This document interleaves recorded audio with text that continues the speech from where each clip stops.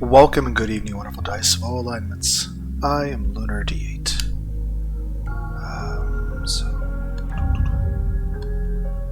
It has not been very long at all since the last video.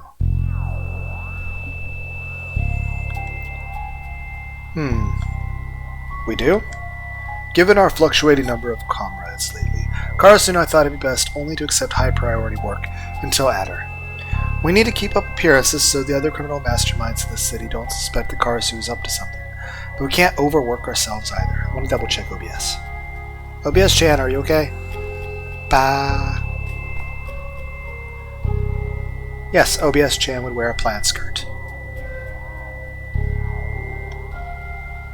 Can you unmorphify? You guys know what I mean. A fucking recording program. Bah. One day there will be fan art of OBS. She will be a cute goth girl, but happy and cheerful, wearing clothing that's mainly black and white. Because, you know, the OBS symbol is like, I don't know, a depressed Sharingan. That's just Sasuke Uchiha. Okay, whatever. Resist an urge to double check OBS again. Even I only have a few assignments this week, all too important to pass up, and yours are no different. So I handed me 2 profiles, each thinner than usual. Most of my assignments contain plenty of mundane information about the target's everyday life, background, associates, and anything else that might be helpful to track them down. Thin profiles were a bad sign.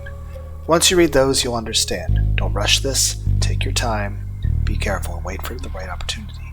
This coming week carries great importance, and neither of us can afford to fail. And of course, while I'm sure I don't need to say this with this point, this time it is especially important. No matter what happens, do not get caught.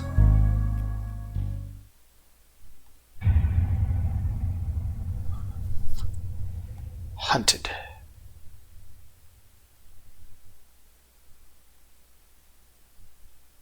Four days later. Thursday morning, November 17th. After disposing of our first 3 targets for the week, Misa and I prepared to take out the last 2. We had managed to kill our targets in a timely manner, pulling up 1 assignment per night, but with as many targets as there are days in the working week, we were cutting it close. As such, sparing no time for our usual early morning shenanigans, Misa and I headed straight to our remaining targets' last known whereabouts. We gleaned basic information on their profiles, gathered our things, then set out to discover as much as possible about our targets. Once we boarded the train, I opened the profiles of our targets. As Misa leaned over it together, we read through the minimal information available to us. Last up, we have Simon Putnam and Martin Valenti, 2 charismatic teenagers with their own private pharmacy. Both of our targets are career criminals with no permanent residence, no known family, and are few associates. They travel from downtown offering their services for vacating. Richmond has a safe haven for these 2. Given the city's lax approach to dealing with crime, they've been able to come and go as they please, selling drugs or restocking before moving on. Until now, Karasu has been turning a blind eye to their activities, letting them get with anything not detrimental to his business. They caused him no trouble, and in return, he did nothing to them. It was a really nice arrangement from their point of view, while it lasted. Unfortunately for Simon Martin, they made many enemies during their escapades, mostly due to their habit of using pharmacy for personal reasons. Above all, their use of rohypnol on young girls. Last week, the duo struck again, this time making the grave mistake of dosing the daughter of a district attorney, then ransoming her back. What Simon Martin failed to take account was that Karasu's waste disposal service proved cheaper than their ransom, and as the presence of Misa and I proves, the DA has no qualms about using criminals to punish other criminals. Misa and I eventually arrived in the district of our remaining targets, at which point we headed to the apartment complex in which Simon and Martin were last seen. The streets were fairly empty, despite being almost noon, and even as we approached the large complex, we could hear no signs of life. How strange, an apartment complex in the middle of the district, packed with local businesses, should be flooded at this time of day. Instead, since the moment Misa and I got off the train, this place has been like a ghost town. How can a business district be so devoid of human life in the middle of the day? Curious about the state of things, Misa and I left the apartment complex and headed further into town. We He passed by a couple of people who appeared to be looking around the city in a confused manner, but otherwise would fail to set eyes on anyone worth paying attention to. Hello? I tapped in the glass window of the convenience store, which, despite saying it was open, was clearly locked. No response. If there's anyone inside, they don't want us to know about it. No good. Just where is everybody? It'll be easier to find and kill our target if there are a few people around, but at the same time, lurking around when there's nobody in sight makes me feel like we're in the wrong place. What's more, we don't exactly have time to spare. Even if they're together, we only have 2 days to find and kill these guys.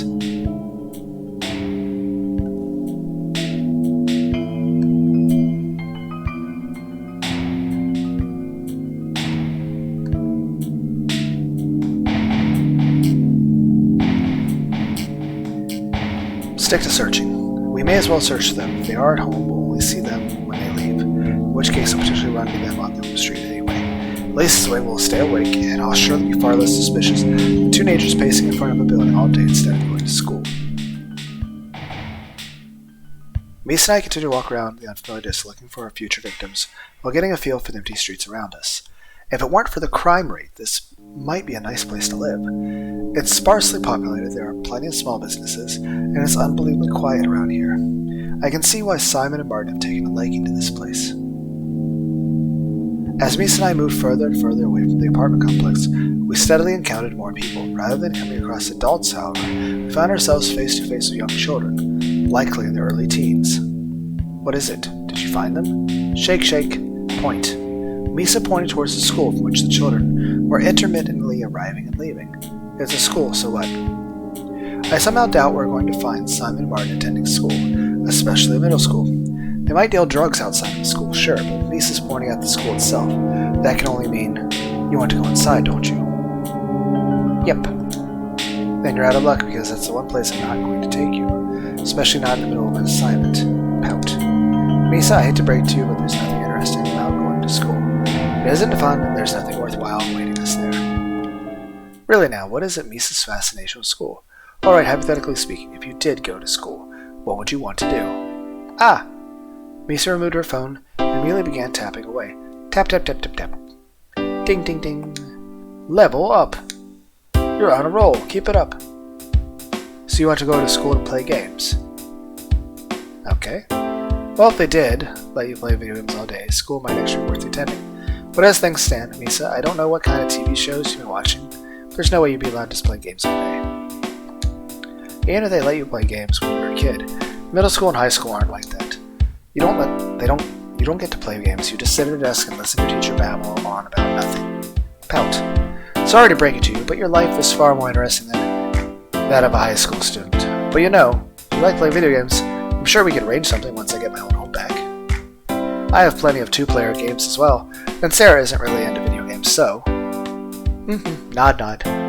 Misa nodded enthusiastically and enthralled by the notion of visiting my old home and playing together.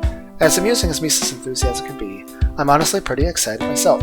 It's no fun playing with someone who doesn't like video games, so competing against Sarah was nothing special, and I was never close enough to anybody at school to invite them over to my house. It'll be nice to have an opportunity to have an opponent who actually puts effort and cares about the outcome. Is that weird that I would actually want a girlfriend I'd be playing video games against? I know, I'm weird. Now I just want to end this and visit an arcade. Come on, Simon Martin, show yourselves ready.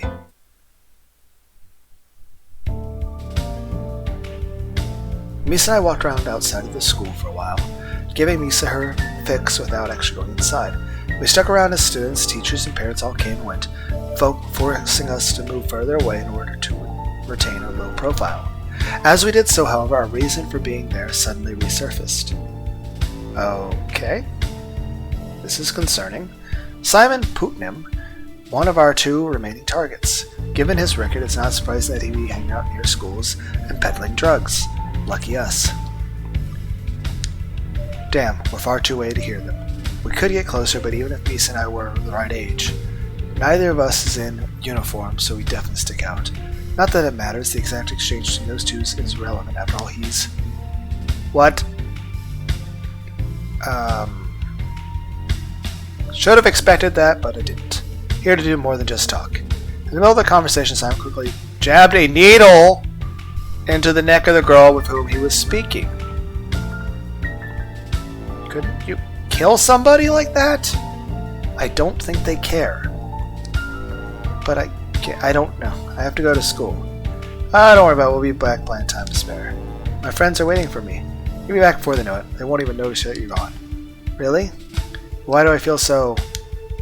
That's good, girl. Don't worry, I'll wake you up once we arrive. Well, this is concerning.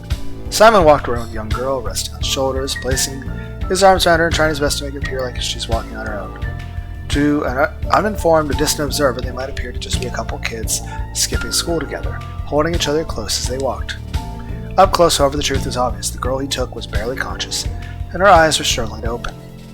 Mies and I crossed the road, followed directly behind Simon and his prey, tailing him quietly for another 2 blocks until finally showed signs of stopping. We stopped a couple houses away, and watched Simon enter a battered old home, as empty and lifeless as those surrounding it. Now I understand why Simon and Martin chose this district. With so few people around and no police present, the crime rate must be astonishing, and they can no doubt do whatever they please without worrying about getting caught. And that fact is about to become in my advantage.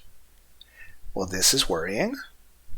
In my pursuit of Simon, Misa and I went around the side of the house, giving us a front row seat to witness the next stage of Simon's abduction. Maybe this will be a thumbnail. I don't know. Upon peering into the house through the back window, it took only a moment to figure out what Simon had planned. Gargling noises. Barely conscious and struggling to move, the girl he had abducted had been laid out on a mattress in the middle of an otherwise empty room. Her clothes were disheveled, she couldn't raise her voice in protest, and not a single passerby would know she was there. Wakey, wakey, it's almost time to play. Random noises. Simon walked over to the girl's side, removed his hood, smirked to himself as he anticipated what would come next. Don't talk, just sit back and let me take you to heaven. I'm ready to stab the guy. Can we just stab him now? Yay, we're stabbing him. I know I shouldn't be talking in an elated way about this, but I am. I'm happy we're stabbing this guy. Funny, I was thinking of sending you somewhere a little different. Who's there? Simon approached the girl. Misa and I crept aside. I grabbed Simon by the hair, immediately pressing the blade to his throat so he'd know better than to resist. Don't move. Who are you, and what do you think you're... What part of don't move did you not understand? Listen, man, I don't know what you want, but I can get it for you. Money, girls, blow, you name it. Anything you want. Oh, anything I want, huh? Yeah, that's right. You want it? I've got it. What's your poison, friend? Well, now, isn't that nice? It seems I've bagged myself a modern-day genie. But there's only that one thing I want from this scumbag. Martin Valenti. Well, what was that? The moment I stated my wish, Simon became far less accommodating. Playing dumb, huh? Not a smart tactic when you have a knife to your throat. You said you'd get me anything I want. I want Martin Valenti. Martin Valenti, never heard of him. What an awful liar. Grog. In the face of a defiant target, Misa stepped in at last. From behind, she pierced Simon's body with her blade, easily cutting through the bone and muscle until the red steel poked through the other side. But Simon didn't scream. Rather than display pain, he merely cried disbelief. We must have stabbed him in the lung. Oh god, this kid. How are you talking? Your lungs are collapsing. The genuine shock on Simon's face told me that he had neither seen nor heard me until it was far too late. Sorry about that, Simon. It seems my partner is getting impatient. We're on a deadline, you see. We just hate to be late. Simon's expression didn't change. He merely continued to repeat his prayers under his breath. Oh god. He won't help you, Simon. If you want to get out of this with the rest of your limbs still attached, tell us where to find Martin. No, I get it now. I know why you're here. You're after her, aren't you? Who? Oh, right, the girl, the DA's daughter. Well, strictly speaking, our job is to kill Martin and Simon. Nonetheless, certain DA's daughter was mentioned in our assignment. Look, I'll tell you where she is, okay? You aren't too late. The auction starts at 3 p.m. Auction! Apparently, neither party was wasting time negotiating this kidnapping. The kidnappers turned a ransom into an auction, and the girl's father commissioned the kidnapper's death. With each side playing their hand, the kidnappers flee to the United's deserted district, hoping to evade detection until they've offloaded their cargo, in air quotes. This is all coming together now. Just let me go, I'll take you right to her, I swear. You want her back alive, right? It's your job, isn't it? Simon continued to plead, hoping to strike a last-minute bargain. Fortunately for Simon, he completely misunderstood the reason for my presence. My job? Don't make me laugh. Do I look like a cop to you? I want Martin. You can't tell me where he is. Then I'm just going to have to start removing the flesh from your bones, one at a time. Alright, I get it. I'll talk, okay? I don't know where Martin is right now, but I do know where he will be. The auction. That's right. At 3 p.m., he'll be hosting the auction. About 20 minutes away from here on foot, there's this abandoned church. Go there and you'll find them both. I see, so Martin isn't the only kidnapper, but also the auctioneer. I would have thought a man with a target on his back would be a little more careful about showing himself, but I guess he's as careless as his partners here. So what happens now? I told you everything. Well, now we kill you painlessly, or at least painlessly as getting your throat slit is, instead of shaving off all the flesh from your limbs. Are you going to arrest me? I told you, we aren't police. We weren't hired to arrest you. We were hired to kill you.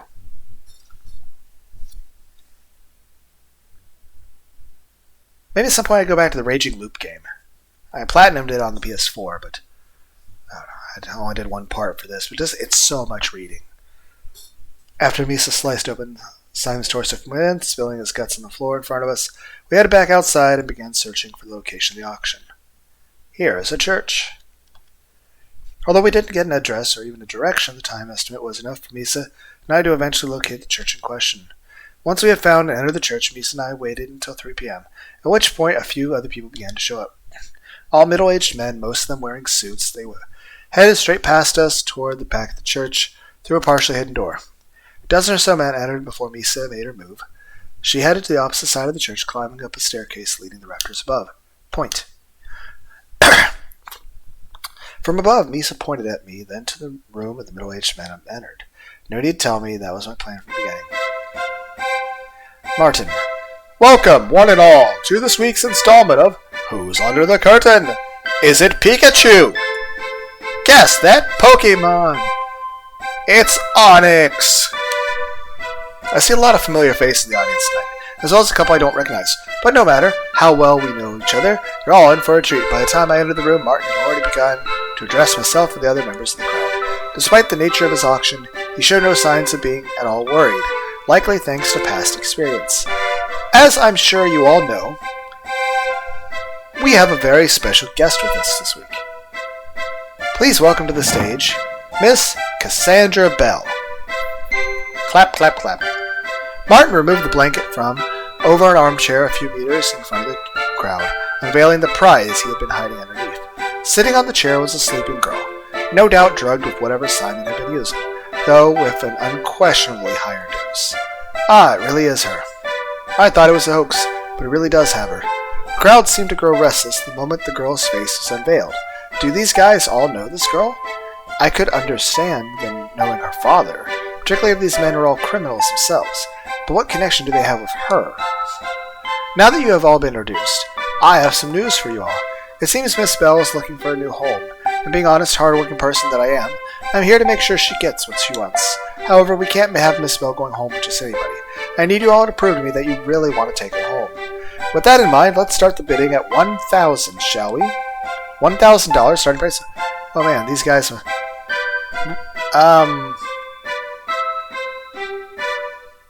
I feel that's too low, given we're talking about a human being. Could probably outbid them nowadays, given how well I get paid, but 1,000, 3,000, 9,000. It's over 9,000! On second thought, maybe I wouldn't win this auction. I understand that holding the DA's daughter hostage is good leverage, but $9,000? A competent lawyer would be cheaper, if only slightly. My oh my! Why do we have some generous bidders in the audience tonight? What do you say, Miss Bell? Is 9,000 the magic number? She's unconscious. Oops, tough luck, partner. It seems Miss Bell's been brought up on the high life, and we'll need a little more than that. But the game isn't over yet, so show the love and splash some cash before this once-in-a-lifetime opportunity passes you by. 15,000. Perhaps prompted by Martin's lunacy, one final bidder cried out, leaving the others to murmur between themselves as they contemplated going higher. But at $15,000, the auction had already gone beyond most of their expectations, as well as their wallets. Phew, 15,000. Did you hear that, Cassie? I'm glad you agree. Unless there are any further bids, I think we have a winner. 15,000 once, going twice. Were you bisected? Weren't we supposed to not get caught? Also, how sharp does your fucking sword have to be to do that? Because I don't know if there's actual swords in real life that are sharp enough to actually bisect an actual human. Without getting stuck on bone and stuff.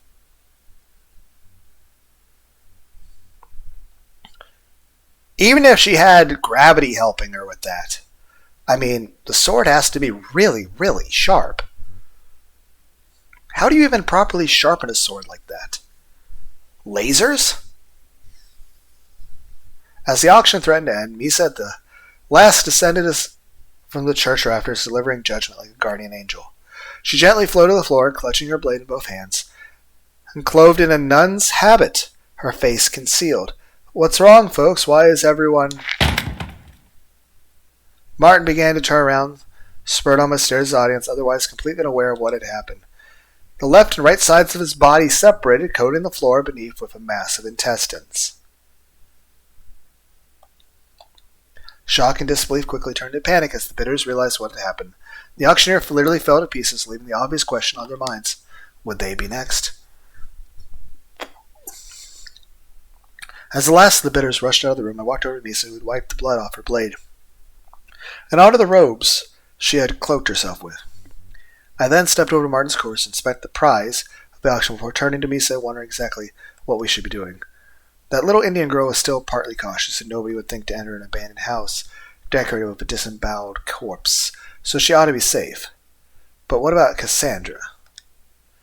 Those men all know where she is, and with the auctioneer now deceased, the girl herself still unconscious, anybody could abduct her. Screw it may not be my job, but the least I can do is phone an ominous tip to the police. I wonder if there are any payphones around here. Back in so soon, Si. You only left 10 minutes ago. I left 5 hours ago. But that's beside the point. I'm here because I have news. What that may be. But the girl has been recovered successfully, and Senator Bell would like to thank you personally. He would. You're kidding. Of course. I'm kidding. He didn't even send his thanks. However, he did promise to keep up his end of your agreement. My payout is a promise from a politician. What a joke. Well, you did organize for his daughter to be kidnapped.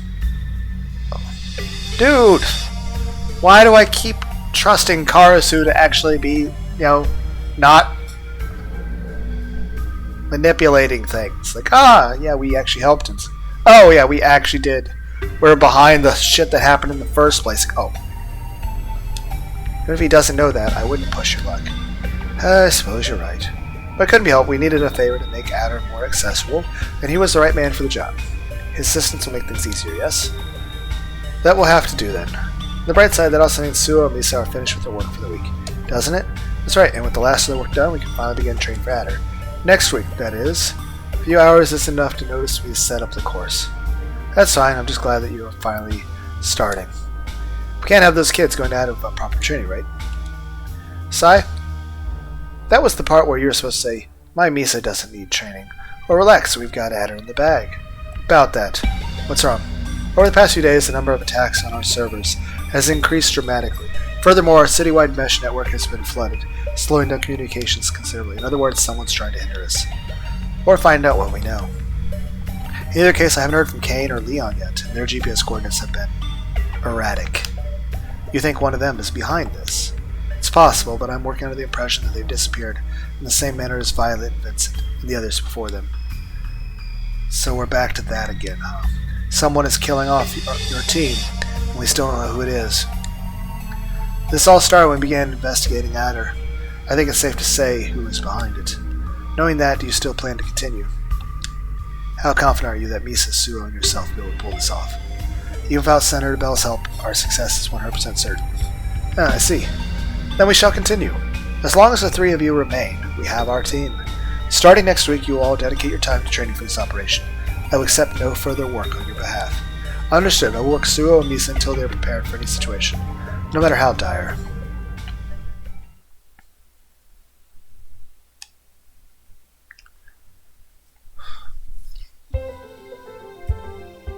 Friday morning, November 18th. From the moment I woke this morning, I felt unlike every other morning this week, both relaxed and content.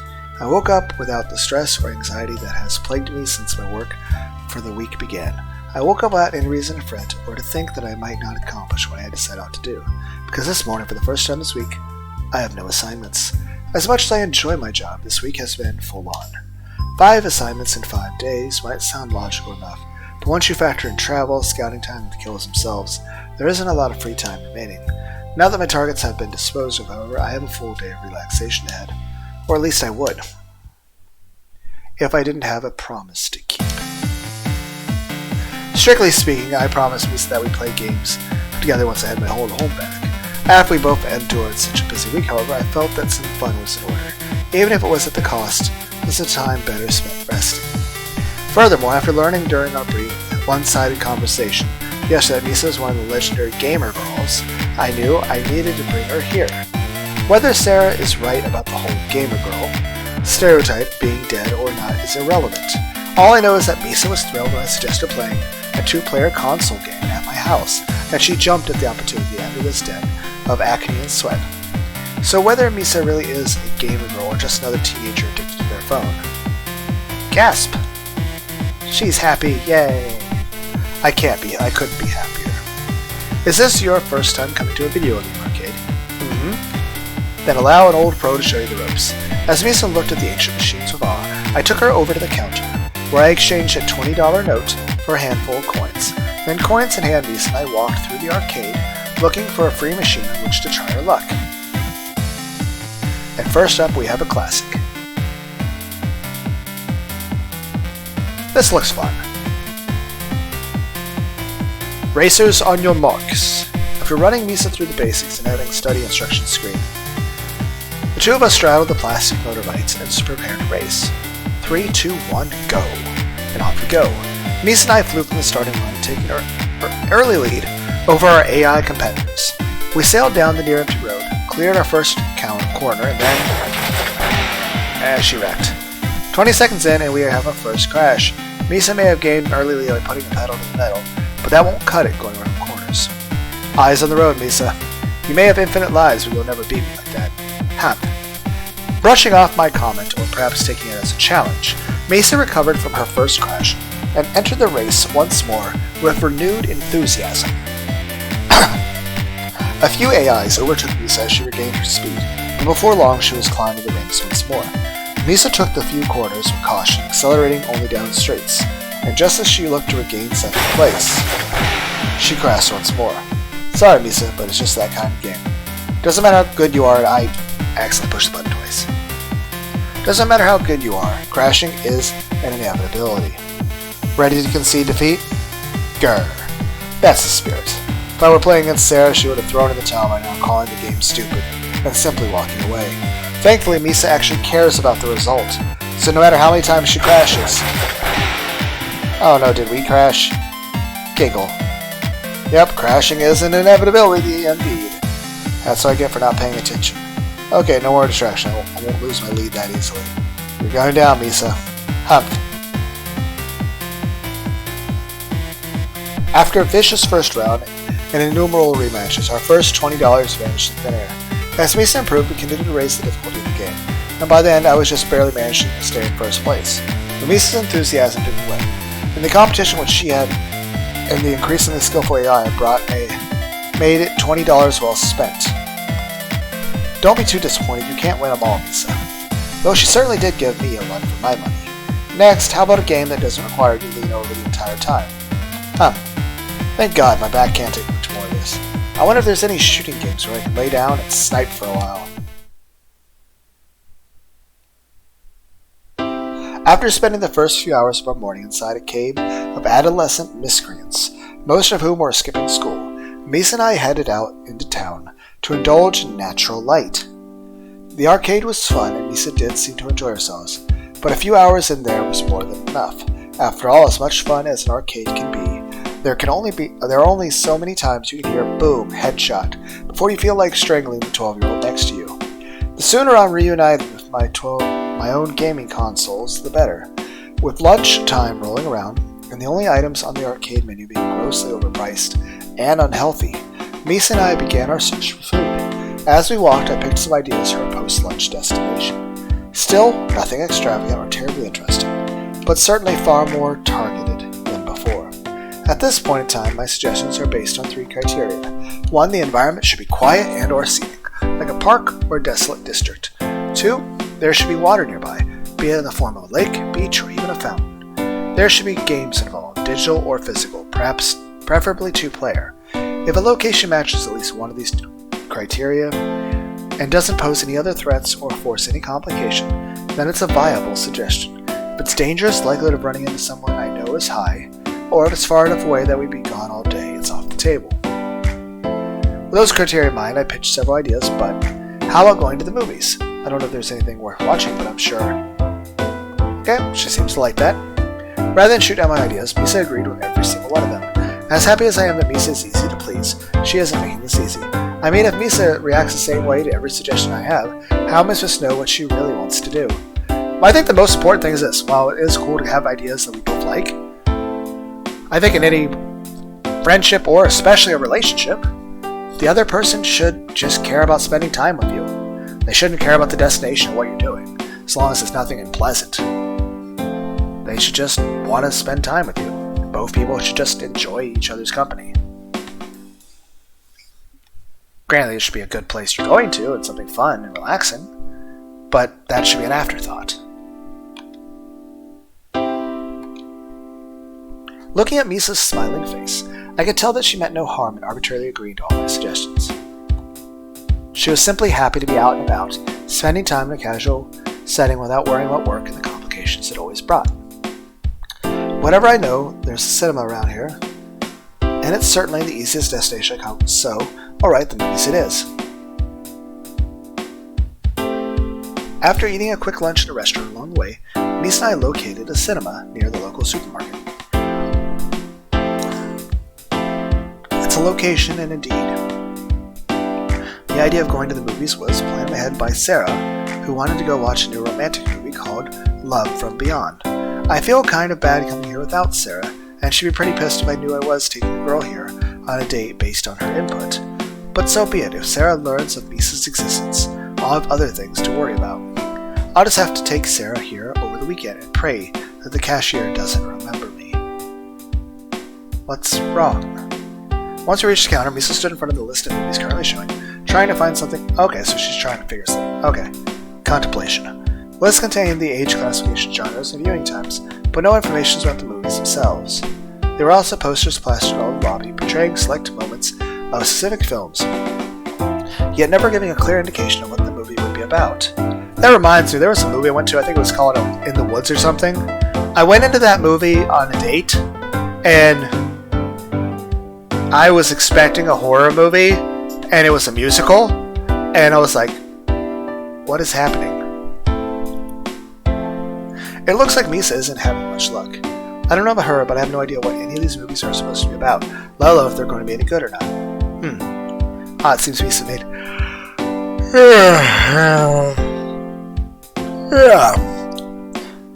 Point. Rather, she's narrowed it down. Let's see. The final parting, schoolyard adoration, first comes love from... Why are these all romantic movies? Oh crap, Misa's just gone by the genre. Therefore, those 4 are the only romance films on the list. She didn't look at the age ratings or the content warnings. Guess I get for letting her pick. Sometimes I forget Misa's still just a teenage girl. Even so, she could have picked at least one action movie. They didn't have all to be romance films. How many movies is this place playing?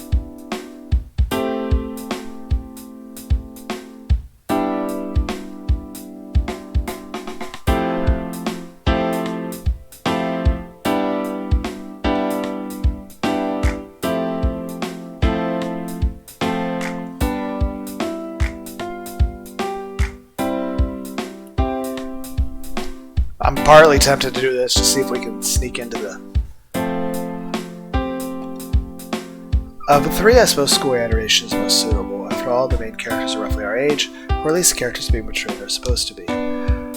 But of all, even if the movie itself sucks, I can laugh at how horribly unrealistic the school life being shown. That's one thing, movies are very unrealistic. The other thing is that I think there was an old TV show called Dawson's Creek. Even though the characters in it are supposed to be like teenagers, they're all played by people in their 20s or 30s. Alright then, tickets, popcorn, and then into the cinema. Yay!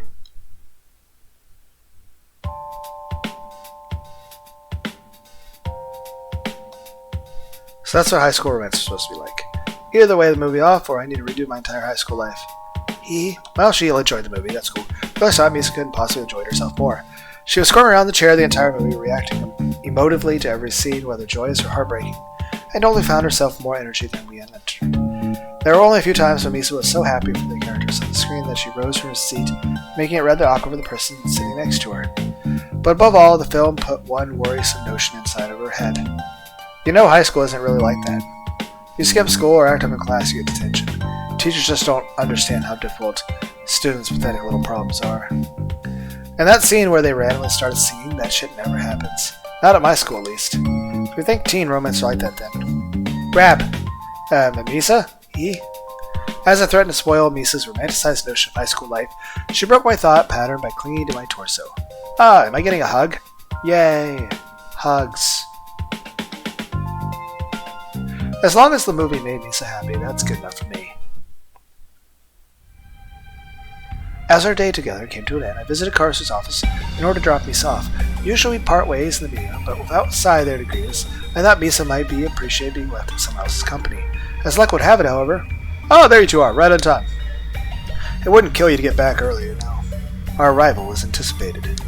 Don't be like that, we were just out having fun. Isn't that right, Misa? Happy face. I suppose there's no problem then, as long as you're both safe and back before dark. Did he just say, as long as we're both safe? But my oh my, did Papa Sai actually say what he really felt? Remember, we assassins don't know there's people assassinating us. So maybe I really wasn't off the mark when I was having that thing about the spider senses in the forest when we were sitting by that tree. I wonder if it was Spider-Man or the Incredible Hulk or Wolverine. Did I say something wrong? Not at all. It's wonderful to see you show such affection for your daughter's boyfriend. What? Smile. Father, I never knew you cared. Care? About you? Don't be absurd. I just don't want you killing yourself for the big day, got it? By the big day, you mean... Giggle? What? No, not that. Not that kind of big day. I mean Adder, okay? Adder! You know, not many people realize that Sai is a tsundere. I, too, am a tsundere. Tsundere my ass. I was just being considerate, damn it. Fine, you know what? You can brief those two without me. Whoa, he actually left. It appears though I took things too far. Sai is a serious person by nature. So, he's surprisingly susceptible to this kind of mockery. I never would have guessed. Sai always seems so invulnerable, but during times of training or meeting, here in this room with his daughter and boss, on either side of him, I suppose even Sai has his weaknesses. So what did the two of you do today? Yeah, you know, the usual. You started off the morning going to arcade, then grabbing lunch. Arcade, you say? How wonderful. And then, what did you do after lunch? We went to the movies. I see, that is indeed a popular date spot among teenagers. So tell me the details. The details? You know what I'm talking about. What did you see? Was it a romantic movie? Happy face. I knew it. And how did it go? Did you two sit together? Did you share a drink? Did you hold hands? Did you kiss? Alright, that's enough. I was just a movie, okay? It's not sit together, did not hold hands. And they certainly would not Misa's like, So I heard all of that, huh? Thought he left us alone. But I guess his paternal instincts were just too strong.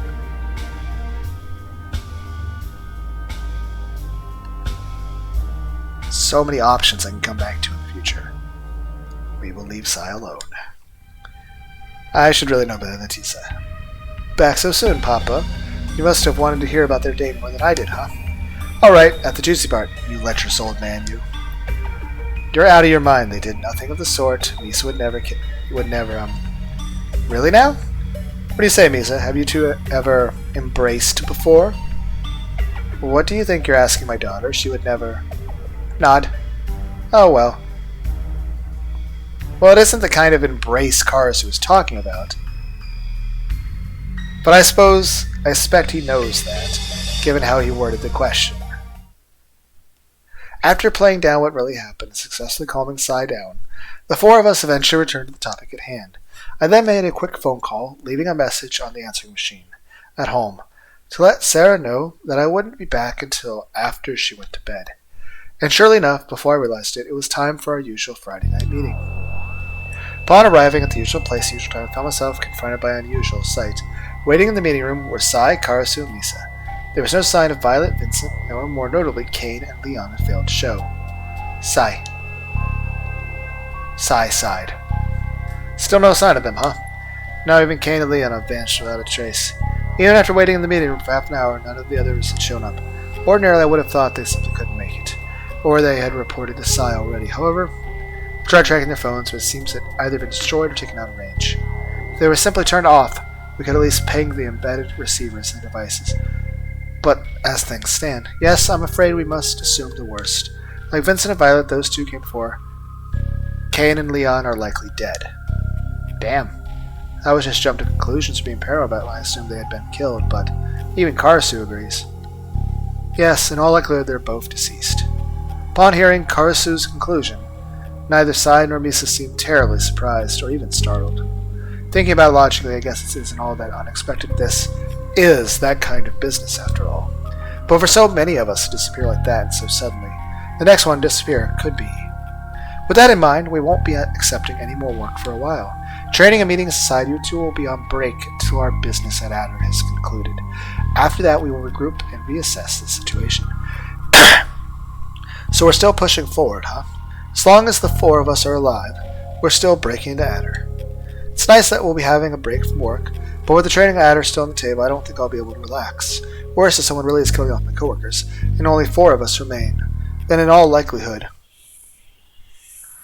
Yeah, it would make sense. I mean, I would be the easiest target of all these guys, because Sai and Misa not only have more experience, but they, live together. It's easier to take care of one person than two.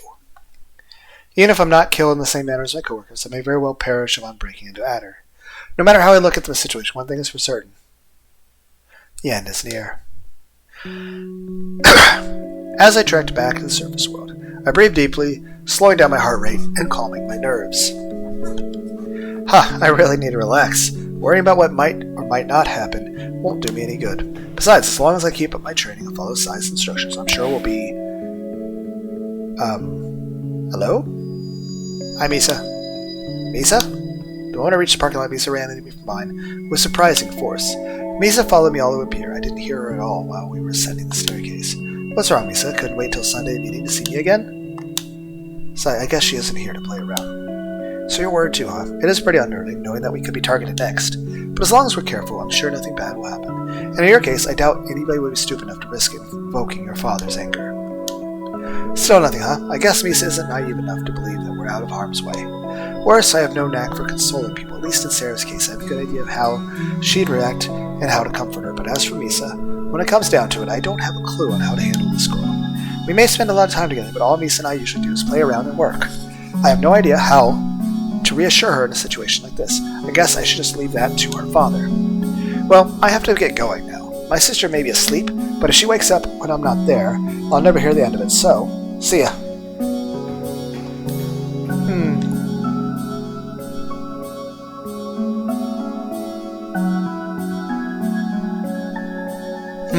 That is a concern. What if they go after Sarah as a way of getting to me?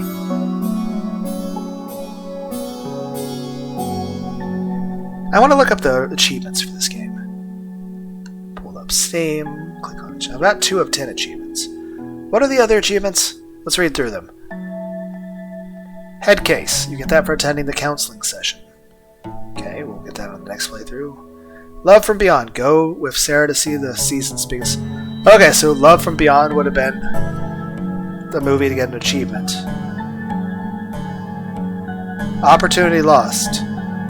Okay, turn down the opportunity lifetime. Basically say no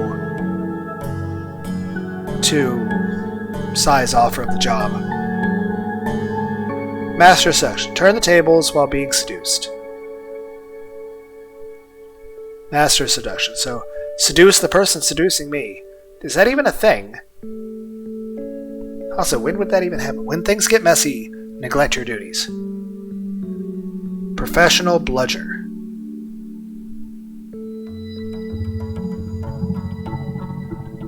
Well, it's got a noose in that picture, so I figure we...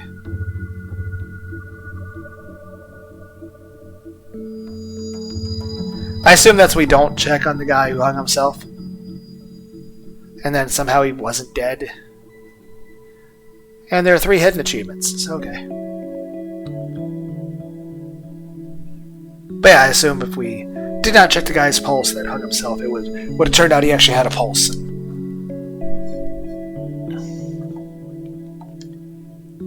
What's up? Okay, now, that was impressive. Unaware of her presence the entire trip, it wasn't until I reached my doorstep that I realized Misa had followed me home. Rather than display concern or worry, however, Misa smiled brightly, happy to be at my house once more. I appreciate the concern, but no matter how worried Misa is about our coworkers going missing, following me home is a bit...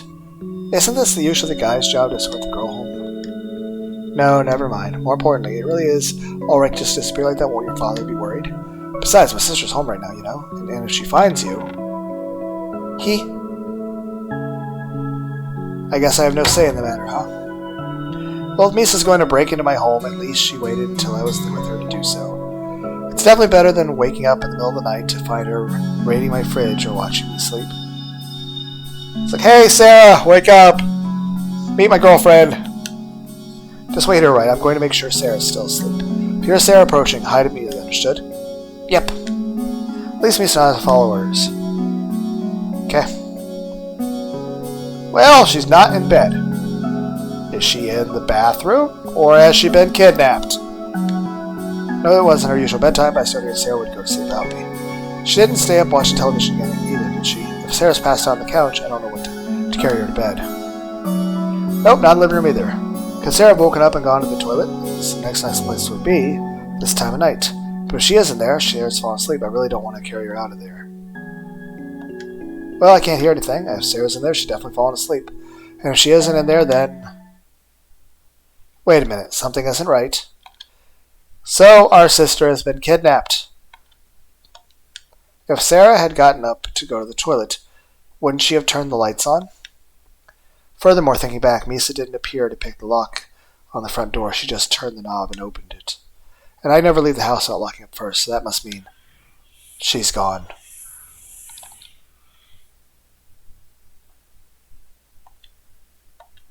Oh no. No. Sarah couldn't have gone out looking for me, could she? But if she isn't here and the door is unlocked, then... Damn it. She did go out looking for me, didn't she? How could she run off like that in the middle of the goddamn night? I don't care how worried she is, being worried, no excuse for being careless. This is a bad town, bad things happen to girls who wander out at night. If I don't find her quickly, Sarah might... Not now, damn it. Sarah's left the house to look for me. I've got to find her before... Wave. The bathroom? I swear, if Misa's playing around in a time like this, I'll... What the fuck?!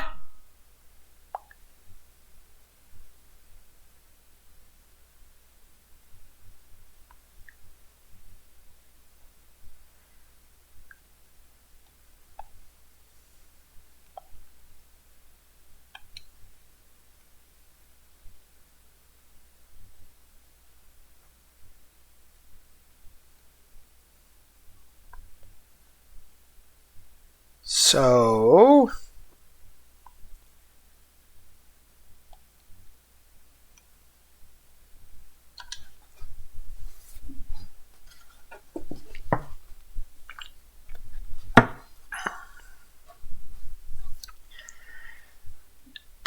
So, is she alive? Sarah?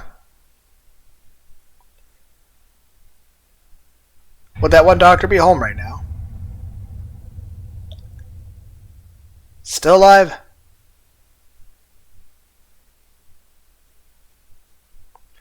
The next day. Saturday morning, November 19th. Today, months after finally released from the hospital myself, I returned to a scene of unrelenting despair. Maybe a different room and a different hospital with different staff, but for all the differences I can observe, one thing remains the same. The unmistakable stench of death. After all, even more so than my line of work, this is a field which centers around death. I will say this. Goth Jesus better not be behind this. This better not be a way of manipulating me into being absolutely dead. Because I was already going to do the job anyway. So 1, it was unnecessary. 2, he better not be behind this. After all, even more so than the line of work, theirs is a field which centers around death. The sick, the elderly, those who have been severely injured. Many of the people who are carried in here never leave again. I really shouldn't be unsettled by that fact. After all, though I may be relatively new, I suppose I am a killer. But in this case, it can't be helped. Is she dead? Because, we got cloth on her face. How is she supposed to breathe through the cloth? No matter how well adjusted you are, things like this change completely when the patient, when the victim, is somebody close to you. Having lost my parents during my own recent stay in the hospital, I was obviously in no hurry to return, be it as a patient or as a guest. Moreover, with Sarah being the one incapacitated, my fears were obvious after losing my parents the last time. I couldn't stand the thought of losing my sister too, but this time around, I have nothing to fear after all. Well, that sucks. Sarah's already dead. By the time I reached Sarah's side, she was already gone. Her breathing was non-existent, her spilled blood had started to cool, and there was no chance of survival. Even then, I frantically called an ambulance. I screamed at the person on the other end of the phone, begging them to save my sister.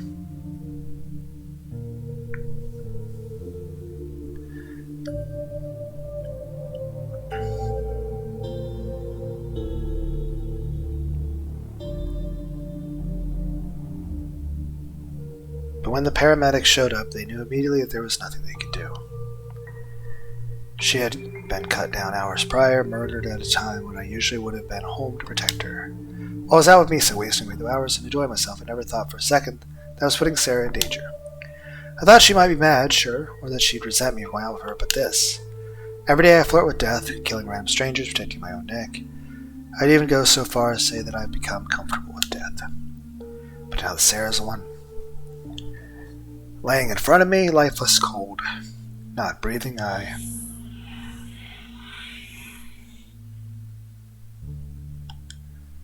wouldn't go so far to say I have a death wish, but yes, that's exactly right. I'm the one who's been putting himself at risk. I'm the one who's been killing people for money. I'm the one who invited violence and deceit into our house. So why should Sarah have to die? I accidentally pushed the button too many times. Why aren't I the one being punished? I'm the one who's been putting himself at risk.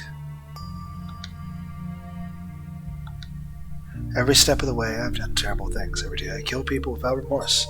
I'm the one who should be dead, not her.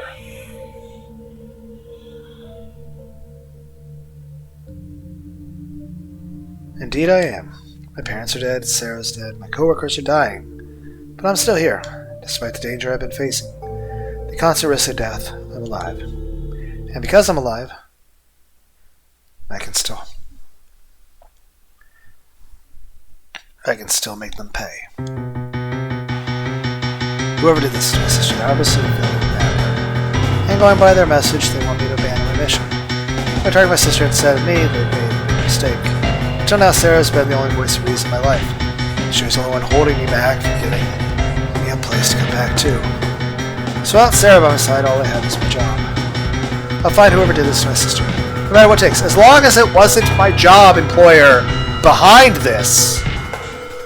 I'll rob at or blind. I'll help cars who destroy their business. I'm going to do everything in my power to annihilate them. And when I find the person directly responsible for Sarah's death, the one who took her life with their own two hands, I'll eviscerate them. I'll cut them open like a trout, rip them up their intestines, and dump their mangled corpse in the open. I'll tie them in chairs and slowly peel back every inch of flesh in their body, enjoying every moment of their suffering. Hello? Angry glare. Or concerned glare. Misa? As my thoughts began to rapidly deteriorate, the one to break my eternal struggle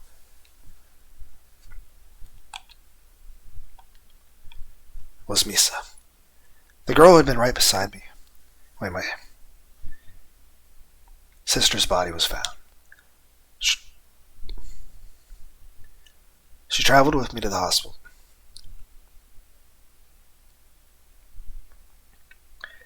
Stayed up all night beside me as I waited for my sister's body to be released, and even now refused to leave me alone. Misa.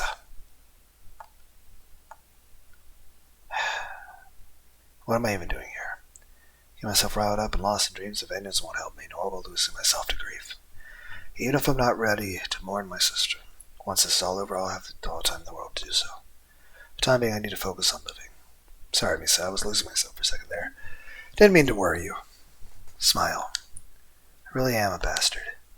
I'm so caught up on what I'd lost, I didn't take account what I still had. And Sarah wasn't the only person in my life, not anymore. Misa, this kind, caring, considerate girl, she's been right beside me this entire time, and I just took her presence for granted. But not anymore. I'm not going to let Sarah's fate fall on Misa too, nor am I going to leave her alone. I'll learn from the mistakes I made while Sarah was still alive and make sure never to repeat them.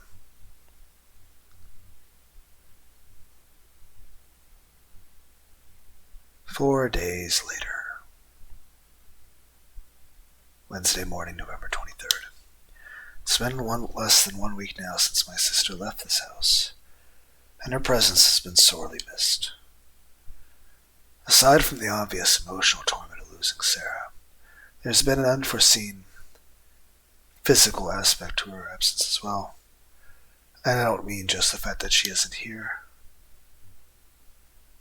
Without Sarah around, many of the things I've taken for granted have come to light, revealing just how hard she worked while I was killing my way to a paycheck. Dishes piling up, clothes, towels not getting washed, meals being skipped, dust accumulating.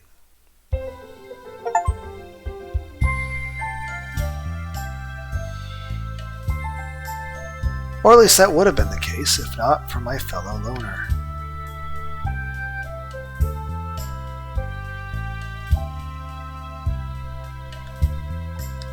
Good morning, Misa.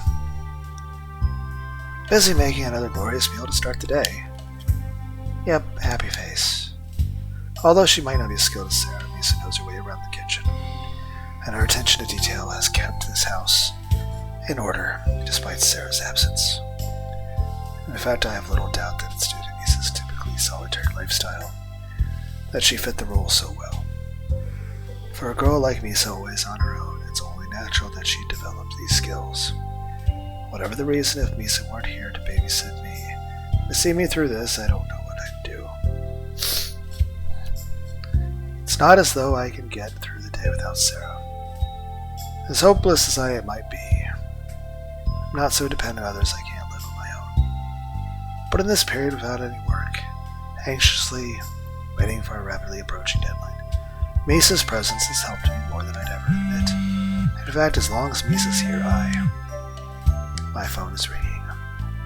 My thoughts interrupted by the vibration in my pocket. I fished out my phone to check on the Misa behind the disturbance. I opened the text messaging application and found a single message from Sai, addressed to both Misa and myself. Misa, so meet at the usual place. Come prepared to work. Wow, Sai really doesn't mince words. Short and straight to the point, just like Sai himself. I briefly stopped in my bedroom to grab my weapon, work clothes, and money for travel. While I was there, I grabbed the same from Misa, who was quick to make herself at home upon moving in with me. Misa, message from Sai, time to go. Pout. Bad timing, I know. You could have at least waited until we finished breakfast. Come on, you can finish cooking later, just make some toast and get changed. I guess not, huh? Well, it's not like you said we need to go right this instant. We'll leave after breakfast, okay? Happy face. I would be much more interested in hearing Misa's voice if they were voice actors. Developers of the game are like, come on, Lunar, stop bitching at our game. I'm like, no. After waiting for Misa to finish making breakfast, the two of us ate together slowly, expressing no urgency in our actions. We double-checked that I'd grabbed everything, washed our hands, cleaned the dishes.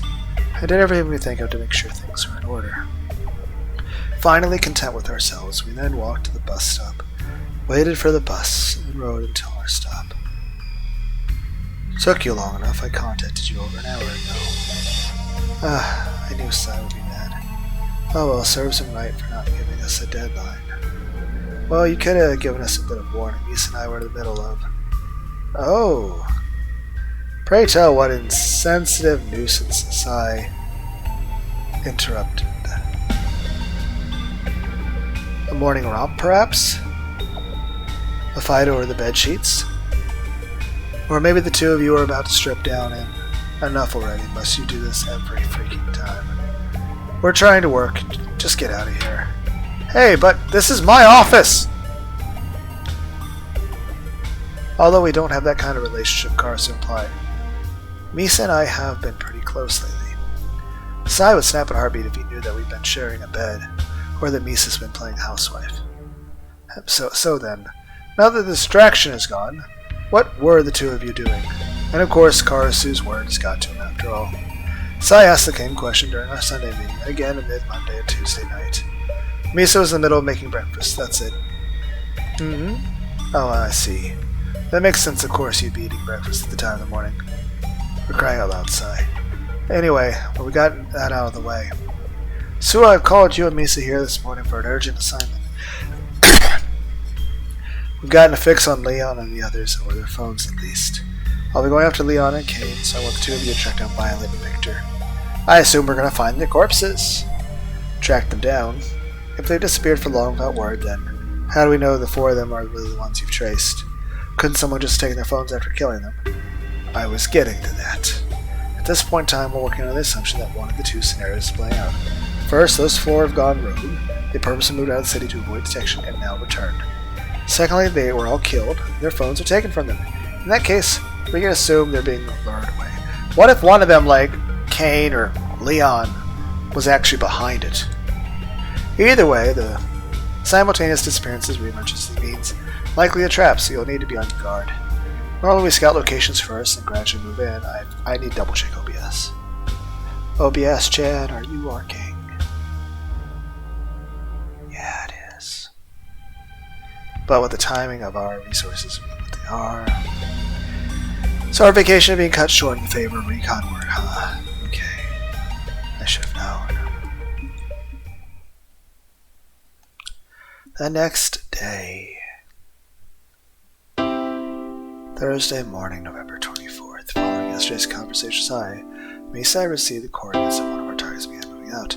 Travel mostly swept between numerous buses and trains, while eating on the run, and eventually we closed on districts where our targets allegedly reside. We took the time to go shopping very briefly, buying clothes and food to last us the night. Then we headed to the hotel room which Karasu arranged ahead of our arrival. I know Sai said this place was a possibility for me, but I never thought I would really be staying in a place like this while on the job. His drifter lifestyle may not be so bad after all, if he gets to live like this every day. Heck, I slept better last night than I have in months.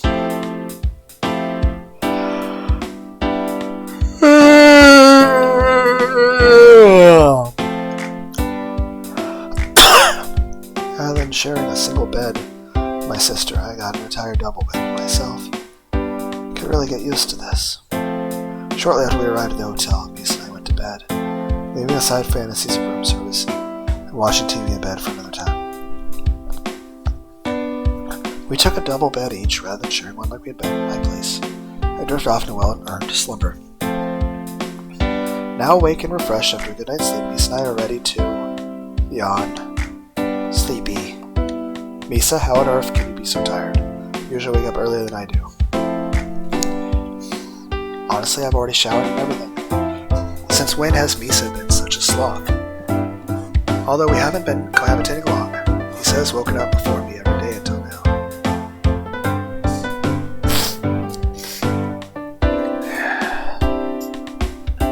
This morning, however, I woke up at least an hour before Misa, and I was able to get up after forcibly removing her from my side.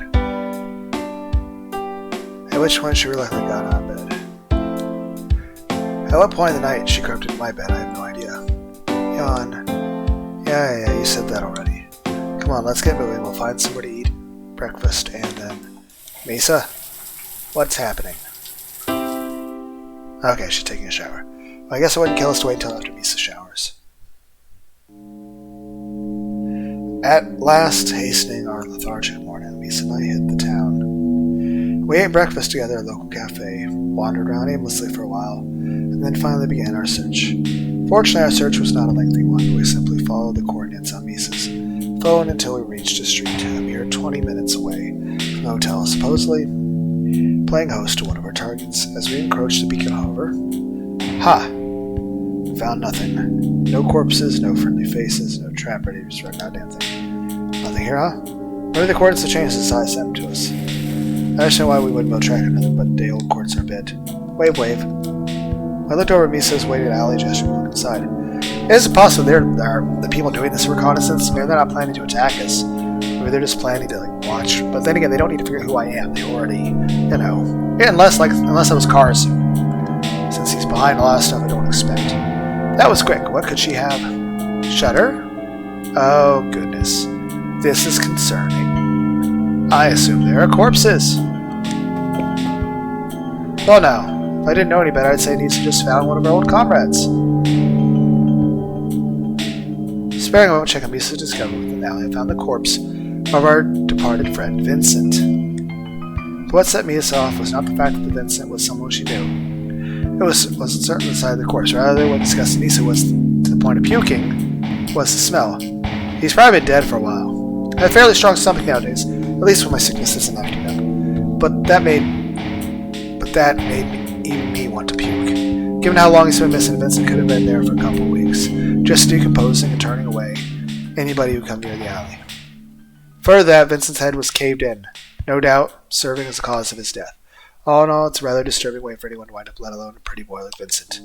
With Vincent's identity and death both confirmed, I followed Misa, who I found puking nearby. Pukey face. Misa, are you feeling okay? We could head back to the hotel before we further if you need a break. Startle face. Okay, but don't put yourself. If you need a rest, I won't say anything. Okay. No rest looking, huh? Fine with me. We've only been here one night and we've already done half our task. As long as we find Violet proper, we should be able to return home as soon as tomorrow. Ah, Sai, there you are. You've been in and out all morning. What's going on? Don't let you know how lousy reception is down here. When you're going to install new repeaters, it's a mesh network for crying out loud. It shouldn't matter how far underground we are. Listen, to Sai the techie. Are you sure you wouldn't rather join my IT department? Corpse disposable so beneath you. So it is serious, isn't it? I take it that you are speaking to the kids. Yes, I've been in contact with them all morning. Vincent's body's been discovered, and Violet is on the move. Vincent's body, huh? How did he die? That's the part I'm worried about. As you know, I've been attempting to track down Leon and Kane. As soon as I set out after them, however, they went on the move, almost as if they had a trace of my location. So I continued to follow their coordinates, and surely enough, Vincent was found with his head caved in. Precisely. This is serious indeed. As long as they're prepared, Misa and So should have no problem disposing of one of the remaining three, but all of them at once. Yes, I know, this is quite an undesirable situation. So you agree that we should bring those two back here? Not exactly. So you're going to meet up with those two, together three of you will. I'd never make it in time. Then what do you... You know exactly what I'm going to do.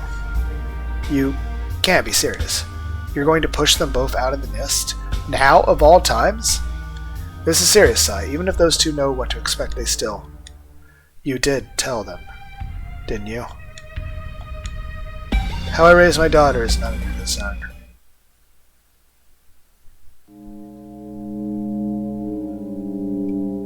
After wandering around a while longer, trying to hunt down our targets, Misa and I decided it was time to take a break. I bought some sweets at a corner shop, hoping to remove the taste of vomit from Misa's mouth, then ordered some takeaway for the two of us to eat in our hotel room. Upon returning home, Misa began heating up the takeaway. I took the opportunity to phone Sai, reported to him what we had found, and in return received update coordinates from other targets. Unfortunately, the information he had for me was nothing but positive. Unlike Vincent, who was obviously immobile, Violet made no effort to stay still. Violet, or at least the person who were her phone in hand, had been moving around since daybreak, and showed no signs of stopping. So as Misa and I sat down for lunch, trying to enjoy our break, and knew the rest of our assignment wouldn't be so simple. Following a quick lunch, Misa and I headed directly to the set of coordinates offered to us by Sai. Without taking any detours, we assumed the shortest path possible, arriving at the detailed location as quickly as possible. By the time we arrived, however, our target was long gone, and the coordinates had changed to a location impossible to reach in such a short period of time. Nonetheless, I followed Sai's updated coordinates, and honed down the new location. Once again, Mies and I reached our target's location, prepped and ready to face it. However, just like before, what awaited us was an empty street with no signs of human life. This is ridiculous. No matter how quickly arrived, Violet's one step ahead of us, preemptively fleeing at inhuman speed. Is she on a motorbike? A moped, perhaps? I haven't heard the sound of an engine at all, but a vehicle would explain how she's able to evade us so quickly. This is going nowhere. Any ideas, Misa? Nod. What a pain. Every time we move, our target's further away. At least now we have some time away from Misa. As I spoke to myself out loud, Misa and I grew further apart. We had split nearly 15 minutes and received further no contact. Man, this is such a stupid. I really do hate this job. And why am I paired with a kid? I assume we're saying this out loud on purpose to draw out somebody. Because I'm assuming me talking like this is Misa's idea. Because it's too staged. So I feel like me talking like this has to be Misa's idea, so that we can lure out somebody. And since one of those achievements did say seduce the seducer, I assume Violet's alive, and perhaps we're not so different after all. It's about time you took back control of your own life, don't you think? While I rambled to myself, Violet appeared before me, silently emerging from the shadows.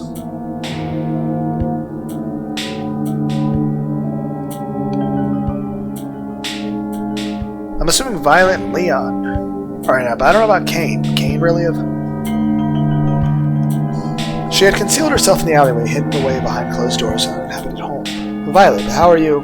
Standing in front of you. I've been watching this entire time, waiting for you to separate from that brat. She's been watching me? How is that possible? The coordinates Sai sent me were fake, completely fake. Honestly, by this point, you and those Japs are the only one who don't know how to falsify your locations. No wonder we were unable to catch her. Still, for Violet to give us coordinates so close to her real location and call me out like this. Anyway, we don't have much time, so I'm going to make this quick. I have a proposal for you. Proposal? That's right, a new avenue of income. Without all the idiocy stemming from Karasu's influence. Interested when money is concerned, I'm always invested. Make more money than I'd make work with Karasu. Much more. After we take out that idiot and steal his business, we'll run a much smoother, more lucrative operation than he ever did. So that's what she's after. How long have you been planning this? I'm not going to ditch my job after a half-baked scheme you cooked up last night. But you aren't against the idea, are you? Truth is, this is all Leon's idea, and he's been planning this for a long time. Damn. I may not be especially bright, but even I can see where this is heading. So he's been recruiting Karasu's own men, killing off or disappearing anyone who refuses to join. You guessed it. To be honest, he really didn't want you to join us. But with Vincent having a change of heart, we're a little low on numbers, and time is of the essence, I see. Anyway, enough of that. I realize I've left most of the details out, but I couldn't expect you to join us without knowing at least that part of the truth. So what do you say? Shall we continue this conversation at length somewhere a little more private? Violet smirked at me seductively as though she already knew the answer. She offered me money, and the one motivation I had for under Karasu, and plenty of it. She offered me freedom from obligation to Karasu, way out of this double life. Anyone in my situation would agree without hesitation. Yeah, okay. You won't regret this. Things will be difficult at first, but then... Come on out, Misa. Eh? Artwork! Without making a sound as she approached, Misa kicked one of Violet's knees from my ow! And lowering her to a more accessible height. Wouldn't she then hit her knees on the concrete? That would hurt.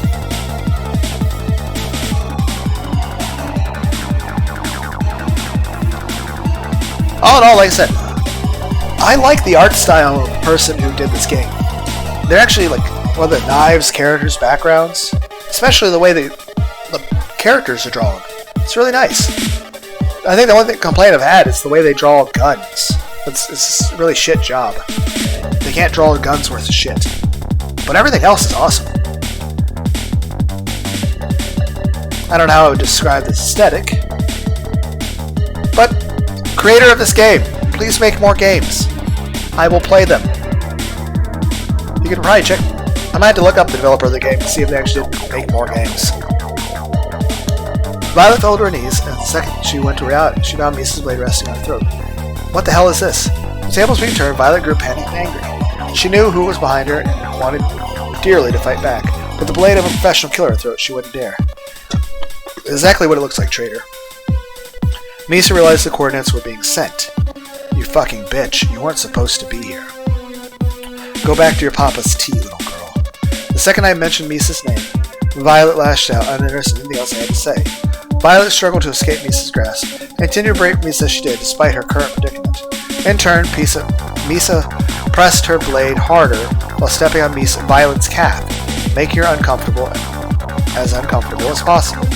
Sorry to disappoint Violet, but Misa isn't going anywhere. In fact, she's been with me this whole time. Really now, we're hunting down professional killers. What kind of idiot would separate from their partner at a time like this? So that's your choice, huh? Well done, you little skink. As long as you've got a man to protect you, then that means you finally sunk to my will. Not so high and mighty now, are you? Pathetic, flat-chested virgin. Honestly, what a miserable little Gek. Oh, that reminds me, the Gex trilogy is supposed to come out at some point. Misa, for someone who criticized me for enjoying being a professional, you're smiling a bit much. Then again, you do seem to have a personal grudge.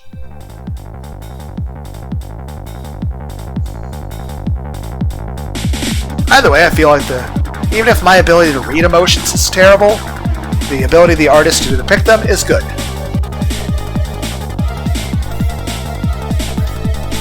Play off to see if there's more games that the developer of this game made. Without a moment's hesitation or regret, Misa ended Violet's monologue before she could spew forth another hurtful line. Ga ga ga. Violet tried to speak, but doing so only caused more blood to flow through her exposed throat, quickly draining the color from her face. Panic spread across Violet's face. She desperately tried to grab the knife from her throat. But Misa already uncut into her and showed no signs of displaying any mercy. Smirk. Unlike in our previous sentence, Misa didn't seem bothered, at least in her polite display. In fact, if anything, she looked happy. Given the brief exchange from moments ago, I figured that Misa and Violet were never on good terms. But even then, seeing such a sudden change in Misa's personality was a shock. Is this what Misa is usually like when she's on the job? She seemed hesitant and unenthusiastic when we went out previously, on our run-ins with Miss Mendez, etc. Looking right now, I'm not so sure if this real Misa or if this is. I think it might just be a personal grudge against this person.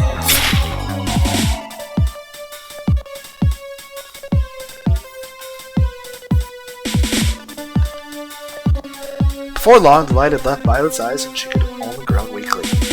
Misa had cut her victim deep, and a location sure to kill. She knew how to end Violet's life without delay or risk of failure. Faced with a fatal amount of blood loss, Violet's head lung lifeless, supported only by Misa's hand back of it. Okay, so we also know that Leon is a traitor as well. But what about Kane? I mean, apart from the gurgling sounds and exasperated gas, Violet was completely silent. Huff. But rather than allow the corpse in her hand to fall to the ground, Misa continued to hold Violet where she was, dragging the blade deeper across the woman's throat. Whatever compassion Misa had shown her previous victims, it was evident that she wanted Violet dead beyond a shadow of doubt. Beyond that, if I didn't know any better, I would have sworn that Misa actually enjoyed herself. So did she behead her? How sharp is that knife? With our mission already complete, Misa and I returned to our hotel rooms. We had successfully retrieved the phones of Vincent and Violet and confirmed both of their deaths, so we had no reason to linger any longer. Further to that, I relayed information we had gleaned from Violet and Karasu, who seemed to feel betrayed, but not particularly surprised. So with the day already behind us, and tomorrow signaling a long trip, Misa and I stayed one more night in her hotel room. But Kane will probably bust in through the fucking window like Dwayne "The Rock" Johnson. Yes, I'm making jokes in reference to the Black Adam movie. I actually enjoyed the Black Adam movie. Upon returning to our hotel room, Misa immediately headed for the shower. Although she had to rid herself most of Violet's blood before leaving the scene of the crime, she still needed to change clothes, no doubt take a moment to herself to think. Feeling better now? Yep. Showing no sign of her earlier bloodlust or malice, Misa smiled happily as I approached her. If anything, she seemed more carefree than usual, as though a great weight had been lifted as she sliced into Violet's neck. That's good. I know you're not fond of unnecessary violence, but I couldn't see that scenario ending any other way. Though it would have been nice to question Violet a little more before silencing her. So is there anything else you want to do before we head back tomorrow? We'll be traveling for most of the day, so if there's something you want to do or buy, tomorrow's morning will be your chance. Shake, shake.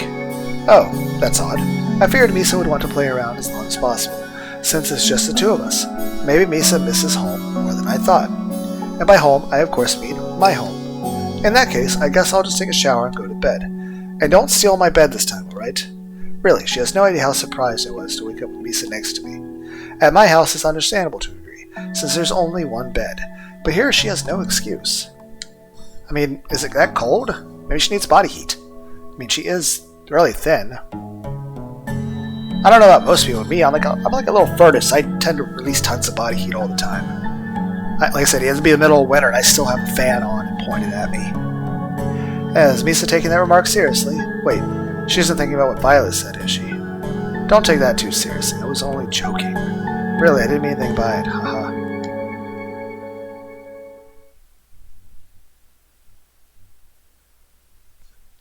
For some reason, it kind of reminds me of Topo, Ginger Ale, and Bubbles from Brave Vince Musashi. With our work for the week having finished on Thursday and our travel eating the entire rest of the day, Mies and I were granted only a brief reprieve before work began anew. Daily training? But isn't that what we do already? How is what you're proposing any different? Although yesterday and today were both proved peaceful and restful days. That period of bliss was short-lived. When Mies and I reported in for our usual Sunday night meeting, Sai quickly crushed her hopes of ongoing peace. I was getting that if you'll let me. In light of recent events, we decided to move up our operation date. Unfortunately, you're not yet up to scratch. You may be a decent killer, but you're no master of espionage. No kidding. Last time I checked, my job was to silence people, not to steal their work. Perhaps I'd better take over, before someone's feelings get hurt. What Sai is trying to say, we may have moved up the date, but the difficulty of mission has not decreased. With recent complications being what they are, Sai and I agreed that it would be better to finish this as soon as possible, rather than wait for an opportunity that might not come. It will be more difficult and more dangerous than we had hoped, but the likelihood of failure will also decrease significantly. Wait, it'll be more difficult, yet you'll be less likely to fail? I don't understand. Of course you don't. That's because Karasu's explanations are useless. Look, forget about everything Karasu said, and I don't just mean in the last 10 seconds. As far as you're concerned, nothing has changed. You're still just follow my instructions. Do that and everything will be fine. Sure. That's probably would be for the best. I couldn't make any sense.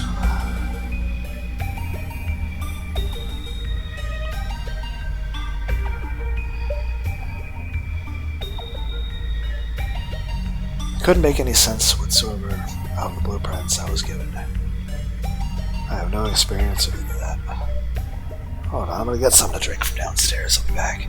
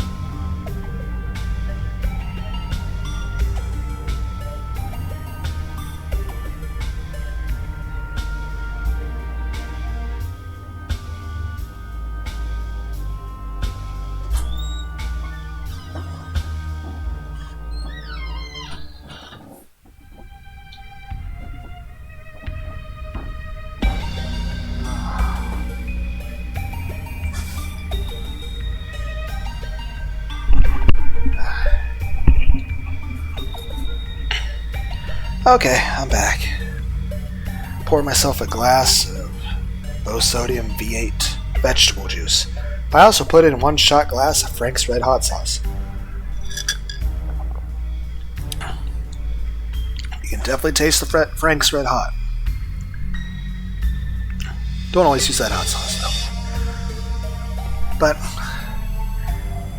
I tend to mix various hot sauces in, sometimes spicier, sometimes no. I remember one point I had the Steve-O's hot sauce for your butthole. Yes, it's an actual name of the brand. The guy from the Jackass movies. It's a pretty good hot sauce on its own. But yeah, I would mix it with some V8. So I know they sell spicy V8, but I don't really like doing that. I'd rather just buy the low sodium V8 and pour in some hot sauce.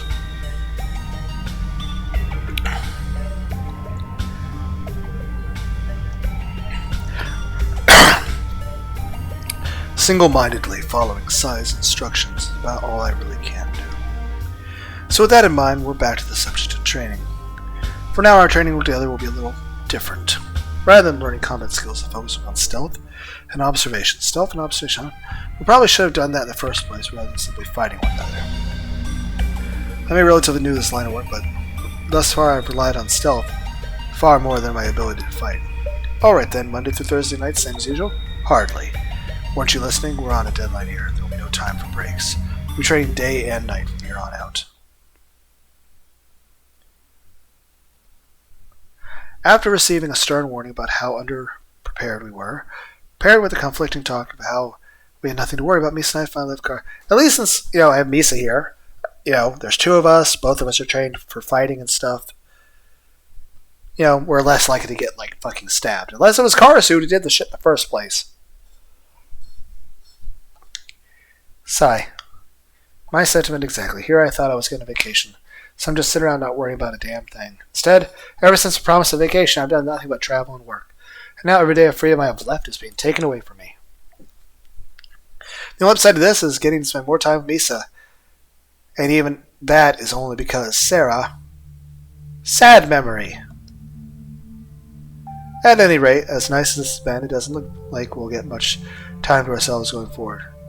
Training all day and night for a week straight is going to take its toll, both physically and mentally. At the end of each day, chances are Misa and I will go straight to bed. Not that I really have an issue with that.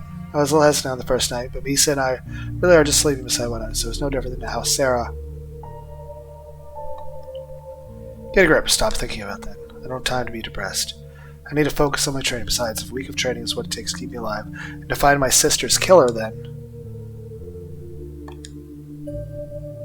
Stop thinking about Sarah, damn it. I want time to distract. I can grieve all I want when all this is over and done with. Time being, You just what? Not this again. Yes, this again. What did you think? I just got away forever without saying the word? That would be nice, don't you? You know that won't happen. My voice ringing in your ears, Sarah's death hanging over your head, Sai sending you off to get killed. There's only one way this can all end. You should just kill yourself. Misa, I have a question. Was I talking out loud? Not just the me, basically the other me. Could you hear that? Was my mouth moving? Am I just talking to myself? Is it all in my head? Are you hearing it too? Does anything look weird about the mirror?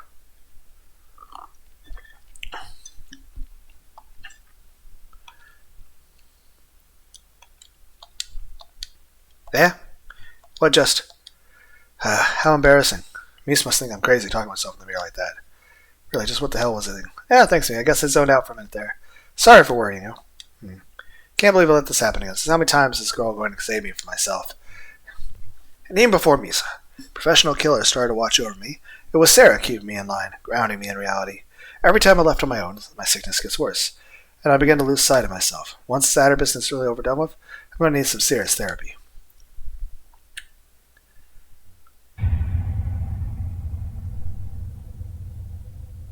Final chapter! So I think we're actually almost at the end of the game. The next day.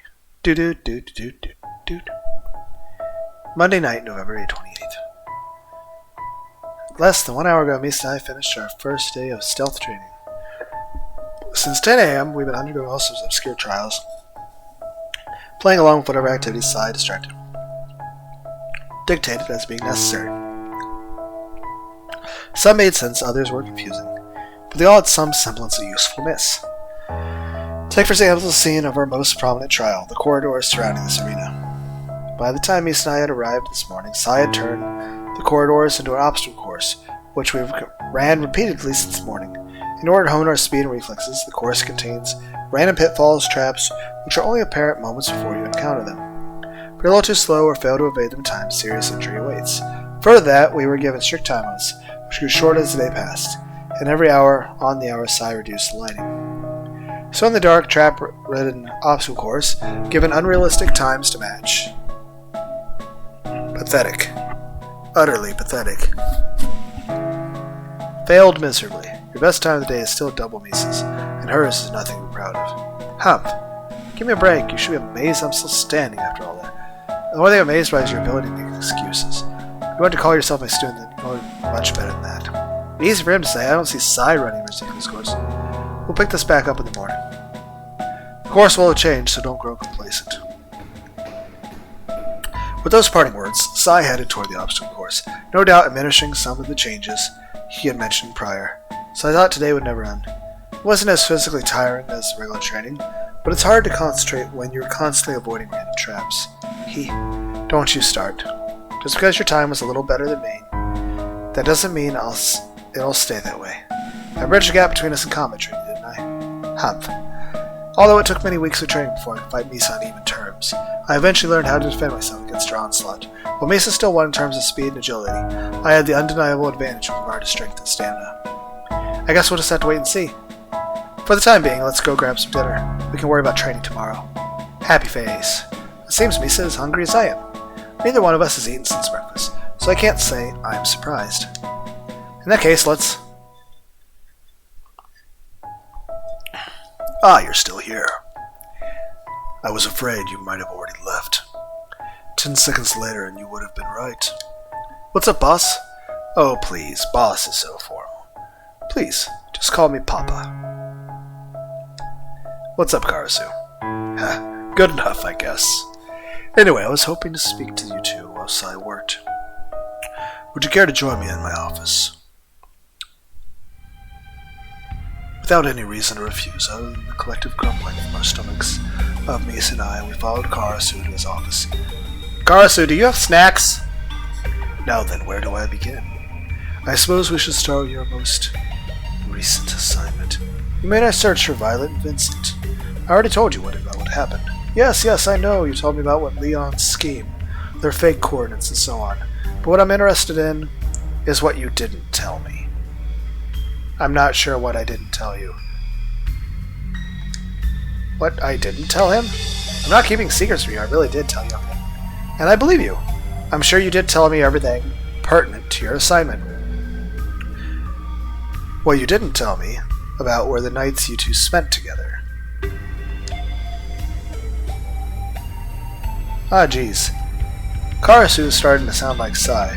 Can't Misa and I spend time together without equating to that? Whatever you're imagining, just stop. Nothing happened, okay? Oh, is that so? So sorry to disappoint, but my life is not exclusively for your entertainment. What do you think, Misa? Is it true that nothing happened? For crying out loud, Karasu, why would Misa's answer be any different then? Nod. Huh. Yeah, if you say so. Just know that I support the two of you fully, so if you need me to keep Sai occupied, we need to elope. Give it a rest, would you? If you're trying to keep us in high spirits, don't bother. Misa and I are doing perfectly fine. I may still be uneasy about what we'll be doing, but I know better than to fret or hesitate at this point. I've already resigned myself to my fate. I'll endure science training, follow its instructions, do everything that's required of me and nothing else. You aren't the only ones who need cheering up sometimes, you know. The revised date of the break-in's just around the corner. Soon enough, the two of you will be facing the threat of death very seriously. And along with Sai, the three of you are the only ones I have left. My other children have all either been killed or betrayed me. So forgive me if I need a little hand-holding right now, okay?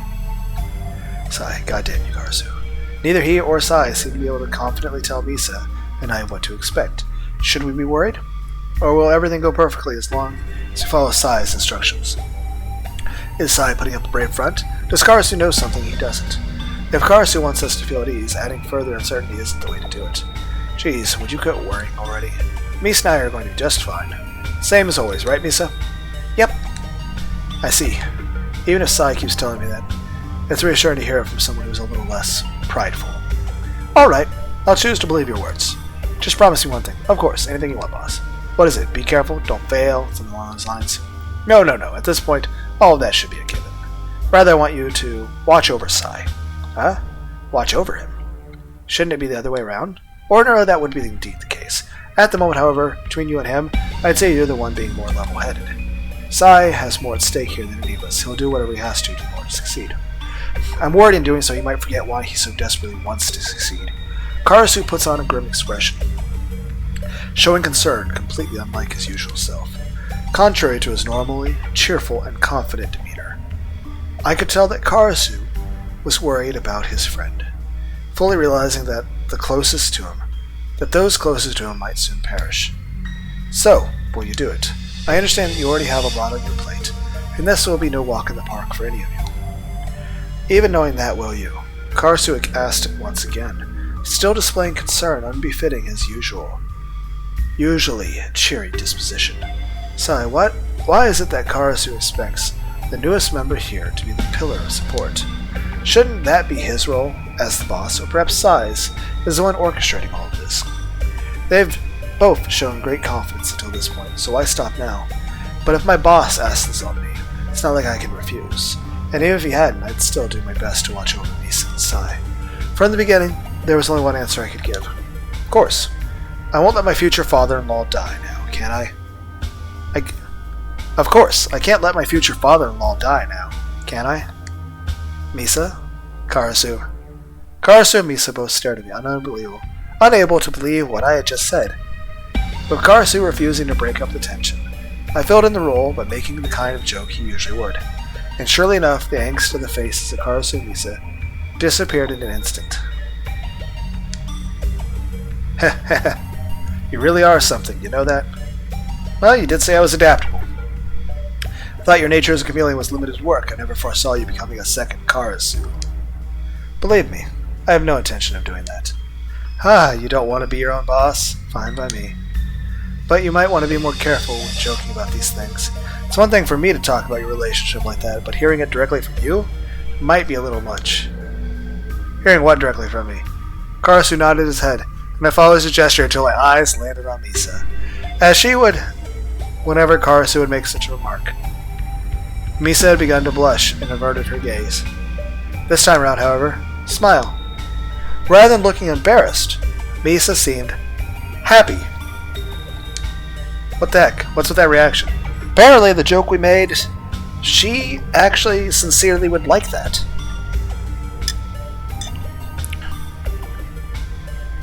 Then again, she is cuddling up to us and cooking us breakfast. At this point, even I am pretty unable to miss the signs that, she wants to be wifey. Sort of thing. Misa should know that I was only joking. Karasu's made enough of those remarks for me to know better. Take something like that seriously. And yet, despite that, she's... I can't help but notice that you aren't trying to retract your words, Suo. Even if I wanted to, I don't think I could. The truth is, I'm not sure how I feel about Misa exactly, or how she feels about me. She's obviously into it. We should have understood that even before that remark, but this reaction is very clear that the joke I made is an actual future she wants. I can't say for sure if I possess any romantic feelings toward her, nor can I claim that I don't. I simply don't understand my own heart that well. Actually, we've just been too distracted having to do obstacle courses, killing people, and having a mental illness. Usually having a mental illness is kind of distracting. So I won't say anything decisive, not without knowing how Misa and I feel about one another. Yeah, well, only time will tell if I'm joking or not. At any rate, it goes without saying that I won't let anything happen to Misa or Sai. I'm glad to hear that. I was worried that you might resent Sai, but it appears that my fears were unfounded. At any rate, please forget what I said anything. I'll keep an eye on Sai. You two should just focus on your training, okay? If you two still elope once it's all over, I'll do the honors myself.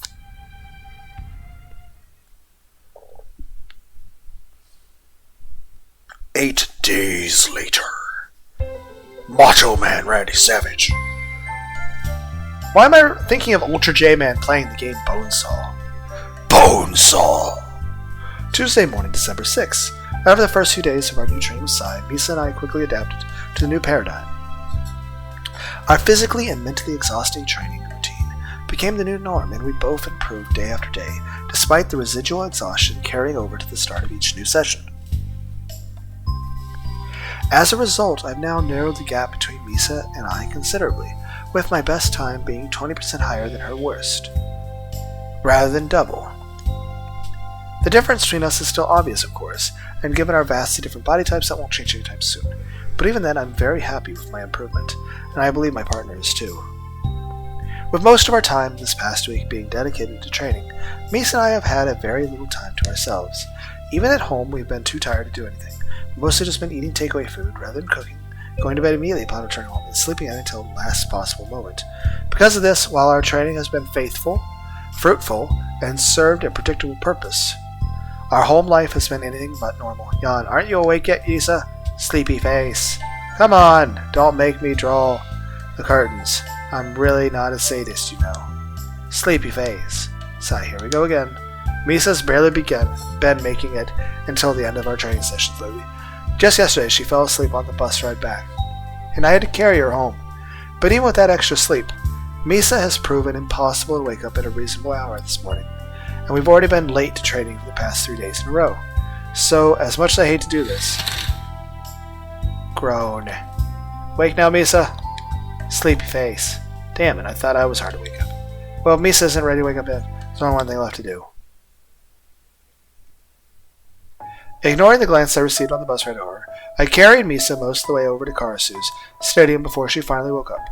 After she woke, I explained to Misa what was going on, and the two of us made a slight detour for breakfast before heading to Karasu's. Still half asleep, we at last arrived at the stadium, at the top of which we found the ever-vigilant instructor. You're late. Again. Yawn. Yeah. Don't yeah me, we have an important mission to train for, and having the two of you constantly show up late for training isn't helping. Wake up, get changed, meet me back here in 5 minutes. Got it? You got it. Jeez, what's gotten Sai so riled up this morning? Misa's barely even conscious, and he expects us to start training right away? I don't even know how Misa's going to get changed in her current state. 10 minutes later, after I finally managed to wake Misa up, the two of us changed to our training gear, and returned to our point of departure. Upon our return, however, Sai was nowhere to be found, and the two of us were left wondering what we were supposed to do. We were left with no instruction other than to meet with Sai once more, and the obstacle course down below appeared to have already been cleaned up. I know that Misa and I took a while, but did Sai really just leave us to train without him? What's more, the course from last night appears to have been disassembled, so I doubt we're expected to know what we're supposed to be doing. This is surprisingly irresponsible, especially from Sai. Wondering the same thing that I was, Misa looked around the stadium trying to spot her father. It's your fault that he's missing, you know? If he'd woken up on time, he wouldn't have run off like this. I tried to goad Misa, but in response to my words, she simply remained silent. Nothing? Come on, Misa, at least pout in response to that. It's no fun if you just, Misa, where are you going?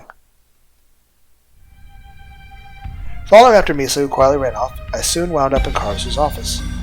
Surely enough, when the two of us arrived, Sai and Karasu were both present. Staring at the television with serious concern on their faces? Okay, what's up? What is happening? Sai, what's going on? Nod. In a very Misa-esque fashion, Sai silently nodded toward the television. Okay. I'm here on the grounds of the Middlebrook Research Facility of Adder Technologies, where the research team has finally confirmed what we've all been anticipating for months. Only a few weeks out from Christmas, we know now that Adder Technologies is releasing a new product late next week, just in time for the festive season. Details are scarce, with the official word from Adder Technologies. The product will be a mainstream health supplement, which has already received national approval for sale. Although less grandiose than the previous wonder drugs, Adder Technologies remains confident that this product's reach, being a supplement rather than a cure, will help make it a bestseller.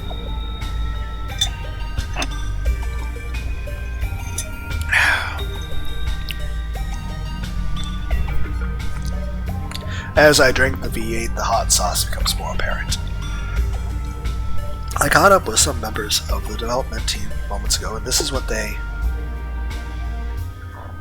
good. Agreed.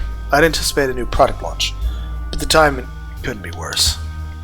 After cutting off the news segment partway through, Sai and Karasu began talking about what they had just seen. Rather than displaying excitement over the product, however, or utilizing the chance to gather information of the development team, they both saw the news as purely negative. I know I was against moving up our operation date, but now it seems like we should have moved it up further. Our odds just decreased significantly. Uh-oh. They did?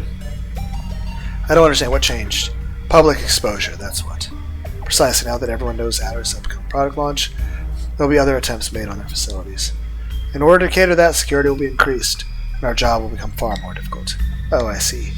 I hadn't thought about that. This really will make things more difficult. Shit, even though we have no interest in their bullshit medicine, the attention drawn by this new product may be enough to sabotage our entire operation. 4 more freaking days and we would have been in the clear. Indeed. And if we put off our plans any longer, they'd only be getting better prepared while the time has come. We need to move as quickly as possible. They won't be expecting a calculated attack so soon after the announcement. Yeah, you're right. Suo, Misa, listen up. Spend the day at rest, grab your gear, be back here at 6 p.m. sharp. We're breaking into Adder tonight.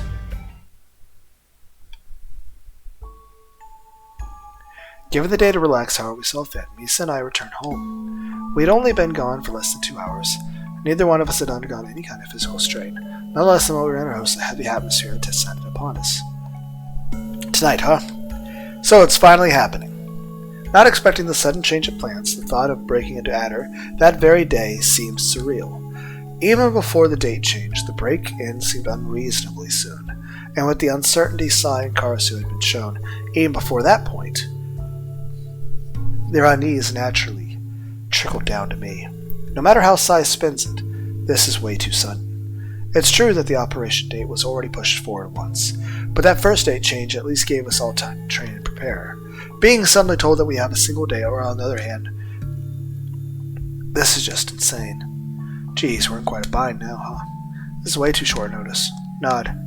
Misa simply nodded in reply, completely drained of her energy. Rather than being exhausted, however, as she had been for the rest of the week, what her weak nod displayed above all else was worry. Bereft of any of her usual enthusiasm, Misa bore the same sullen look that Kakarasu had a short while ago, an expression of defeat, as though the battle had already been lost. Damn, this again, huh? Misa didn't seem at all worried, comparatively speaking, so I thought that she would be okay. But if I'm going to cheer someone up, I'm glad it's Misa. Alright, enough moping around, let's get going already. You heard, Sai. We can spend the day however we want. It's time to enjoy ourselves. Shake, shake. Misa isn't in the mood to play around. It's unusual, but I can't really blame her. Realistically, we should be preparing, either by resting or training. Going outside and having fun falls in neither category. We both lack sleep and preparedness alike. We should take a nap and return to Karasu's lair, undergo the training Sai had prepared for us today. But even knowing that, sorry Misa, but that wasn't a question. We're going out, whether you feel like it or not. Tasked with the simple goal of taking our minds off work, I escorted Misa around town for a day like any other. We caught the bus to the closest mall, walked around for a while, grabbed some lunch, and generally wasted time. Then headed to the cinema, where I offered to take Misa to see one of our other choices last time, and even swung by the arcade. However, no matter where I took her, Misa's attitude did not improve. Well, the lake probably would be a bit too far away at this point. But I did manage to locate an indoor pool since our last outing if you're interested. I won't force you to swim, but you want to at least take a look, right? Or really you don't want to swim, you just don't know how. It's nothing to be embarrassed about. Plenty of people don't know how to swim, especially those living in the city. One day might not be enough, but if you like, I can teach you how to. Did you smack me? Although my words merited no response, the second I tried to put my hand on Misa's shoulder, she slapped my hand away. Okay. I was trying to cheer you up, and I appear to have failed. Crying. Just what on earth am I doing? I took Misa out for the sole purpose of raising her spirits, so all I've done is bore her and make her mad. As far as preparing for a dangerous mission goes, this is about pathetic as it gets. I'm sorry, Misa. If you don't want to go, I won't try to persuade you anymore. Let's just go home. Nod.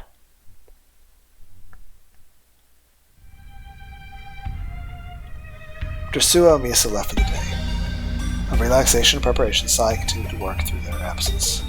With their plans undergoing a second change in such a short amount of time, neither Sai nor Karasu had a moment to spare, forcing both to work urgently in order to ensure their success. Sai, have you heard back from the lab yet? I just got off the phone with them a few minutes ago. They say they're done, but won't have time to test everything as thoroughly as they'd like. What about your end? Have you contacted Senator Bell? Yes, as expected. He tried to warm out of our agreement the moment he picked up the phone. I managed to persuade Bell in the end, but I still think we'll need to do something about him after tonight. Understood. I'll take care of him myself tomorrow morning before the sun rises. What about the security system? Will there be any problems? We won't have as much time as originally estimated. But it should be enough, as long as we don't run into unexpected trouble. I don't like the sound of that. Neither do I, but if we're really doing this tonight, we'll have to make it work. Sue and Misa have already received sufficient training to take care of the interlopers. And I'll run Misa through the basics of overriding individual security marks before we go in. As long as the security of the Middlebrook branch isn't increased drastically since our probe.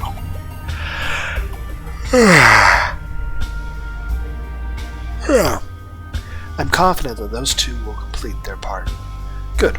I was worried that Suo, in particular, might not have had enough time to adapt to his new role. I wouldn't worry about that, but yours truly as his teacher and my daughter taking the lead once we separate, failure won't be an option. Now that's what I like to hear. Having discussed everything we needed to, Sai and Karasu both enjoyed a moment of silence as they let their conversation sink in. The personnel required were all trained and ready to go. The minimum equipment necessary had been prepared. A certain center had leveraged the access to the facility, and the timing of the operation had been decided upon. Even without time on their side, all the pieces were falling into place. This really is happening, isn't it?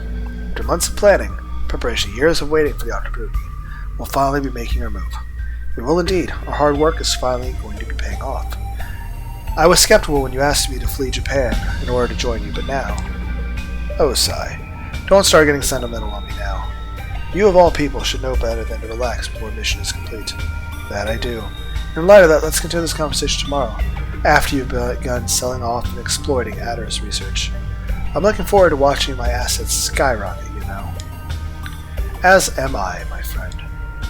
And by this time tomorrow, that fantasy will at last become reality. In the house following our return home, Misa and I stewed in relative silence for longer than I thought possible. Misa allowed worry and lethargy to consume her, sulking on the couch and curling herself up in a ball. I walked around the house, pacing back and forth, trying to think of something to do, or some way to take my mind off our current situation. Between the two of us, we accomplished nothing. Only managed to kill half an hour before Misa resorted to turn the TV on. The second she did, however... And you say the cost to consumer is actually lower than... On her guard and visibly concerned, Misa continued to fret in silence, showing no sign of improving her mood.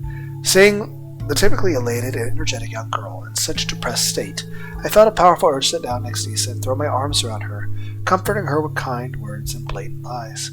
Mindful of what happened last time I touched her, however, I kept my hands to myself.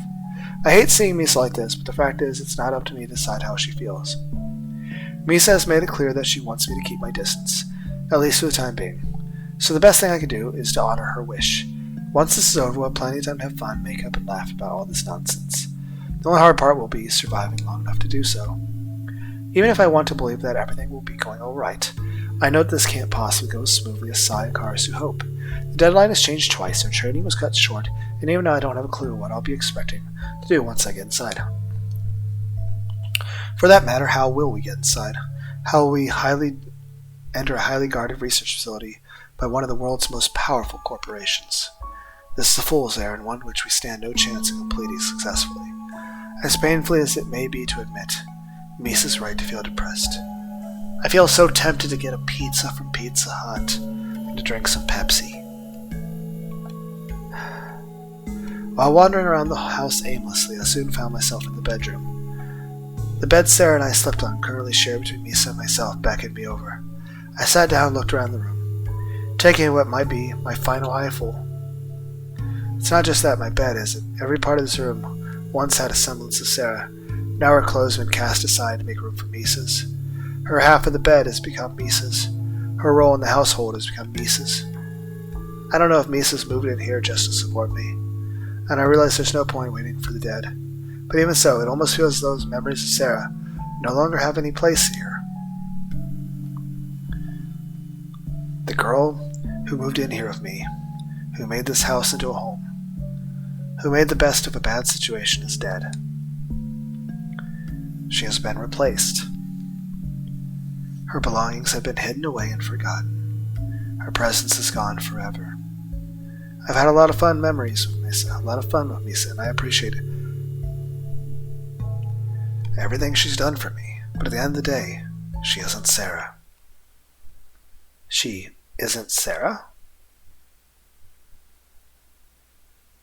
Thrown by a startling, obvious thought, I rose to my feet, then looked down the hallway towards the living room.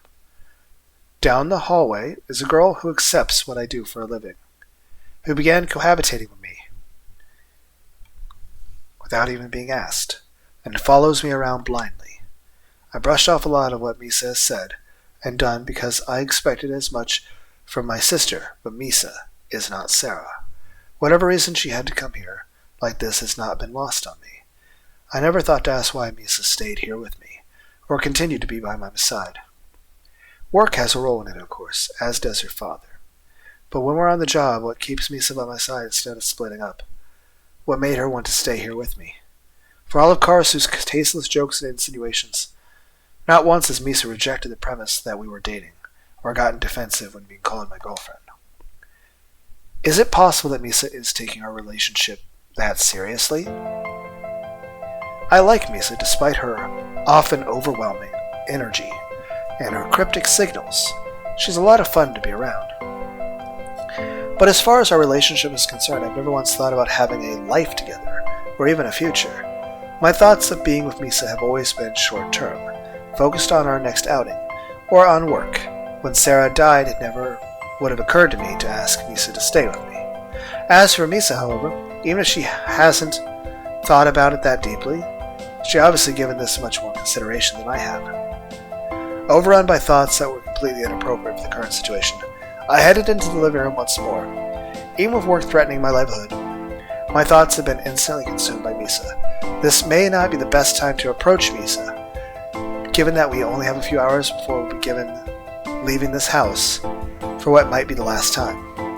No, maybe it's because of the urgency and the finality of our job this evening that I'm thinking about these things. We might not have tomorrow.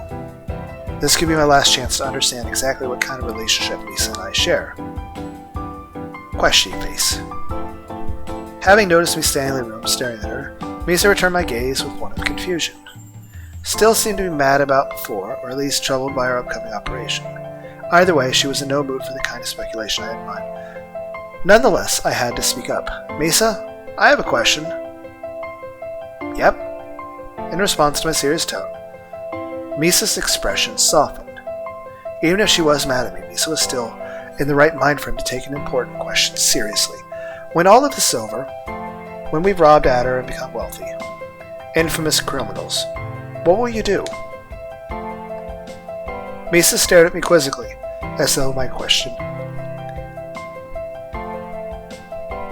was nonsense. I guess that was a bit broad for Misa to answer.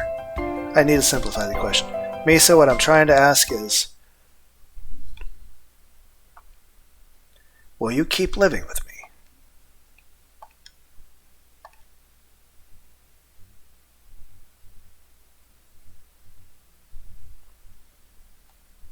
Gasp.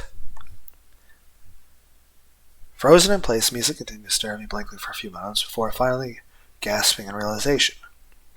I had intended for my question to be one of a simple yes or no answer would suffice, so rather than beat around the bush and ask a series of questions about our future plans, I cut right to the one that mattered the most to me. It's fine if you don't, I won't hold it against you. if you want to go back to your old lifestyle. But my old house is pretty big, It'll be lonely to move back in there by myself. And as far as roommates know, I can't think of anybody else I'd rather live with.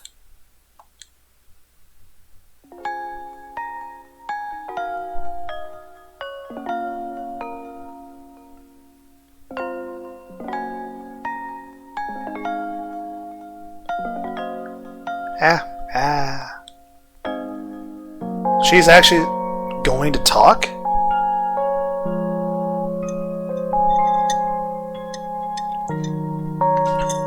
Sue? Despite the phrasing of the question, allowing for a yes or no, Misa attempted to respond verbally. As she quickly discovered, however, that proved impossible. Don't strain yourself, Misa. You don't need to give an in-depth answer. Just nod or shake your head like usual, okay? Prepared for either outcome. I gave Misa a simple choice to nod if she wanted to stay with me,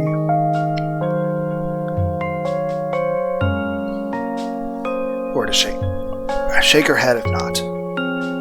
Most of my questions for Misa usually came down to one of those two responses, and while it proved annoying at first, I gradually became used to asking the right questions. If Misa wants nothing to do with me after this, I'll understand. Living alone with some boy she's only known for a few months can't be terribly appealing. Honestly, I'm surprised she moved in here to begin with. Even so, I can't help but hope that Misa will want to extend our time together. I've enjoyed living with Misa, just as I've enjoyed working with and dating her. If she'll have me, then I nod. Yeah? Was that a yes? Misa, just to be clear, was that nod to confirm that you understand, or are you saying you want to live with me? Nod. 2 nods, a yes to both. After taking a moment to think my proposal through, Misa happily agreed. There must be something seriously wrong with me. Honestly, we have a life or death mission coming up in a few hours, and I'm asking my girlfriend to move in with me. My priorities are totally messed up, aren't they? Shake. Misa shook her head, denying the assertion.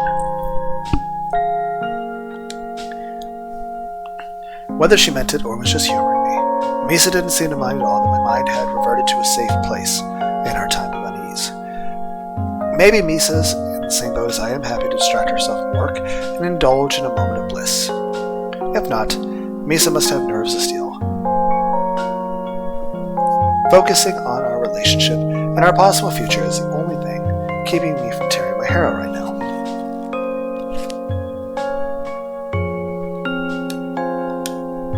Whatever the case, if there's one thing I've learned from this interaction just now, it's this. The future does hold promise for me after all.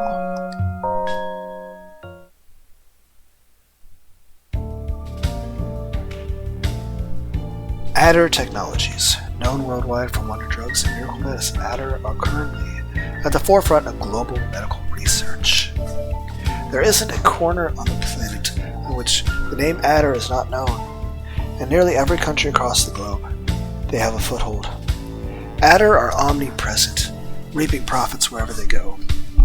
Their reputation as a medical science corporation precedes them, no matter how remote the destination. But Adder has a secret, one which the world cannot be allowed to know about. Adder is actually an arms research organization. No military contracts and government connections. They operate under the guise of a pharmaceutical corporation, researching, designing, creating, testing, and selling drugs. In reality, however, the only drugs they create are those aimed at making soldiers live longer, fight harder, and nigh impossible to kill. Any drugs released to the public are unfinished products acquired through hostile takeovers. Some work, some don't, yet all are profitable. This enviable business model, combined with the connections to all the right people, has made Adder both invulnerable and unbelievably wealthy. Further to that, with so much money and influence, Adder will never fall. No scandal can stick, no leaks can actually hurt them, and no lawsuits will ever go to trial. In a legal sense, they are untouchable. Unfortunately for Adder, however, when they are facing an opponent with no intention to fight them out in the open, nobody has more to lose. Alright, you two, listen up. Once we leave, we won't be turning back. So this is your last chance to eat, hydrate, go to the bathroom, or grab anything you need. Double check that you both have everything necessary to take care of anything that might hinder you, understood? Misa and I quickly checked our equipment for the nth time, while mentally running through what we needed. Fortunately, the two of us had very little to check, since all the tools we'd be needing were brought by Sai. I'm set. Nod. Good. Then I'll go through the basics of our entrance, and your overall mission. I've already covered the finer points of our plan, Misa, so if you lose your way after we separate, don't fret. I nodded in understanding. Alright, for starters, the three of us will be hiding in an armored vehicle and escorted in loading bay in the target facility.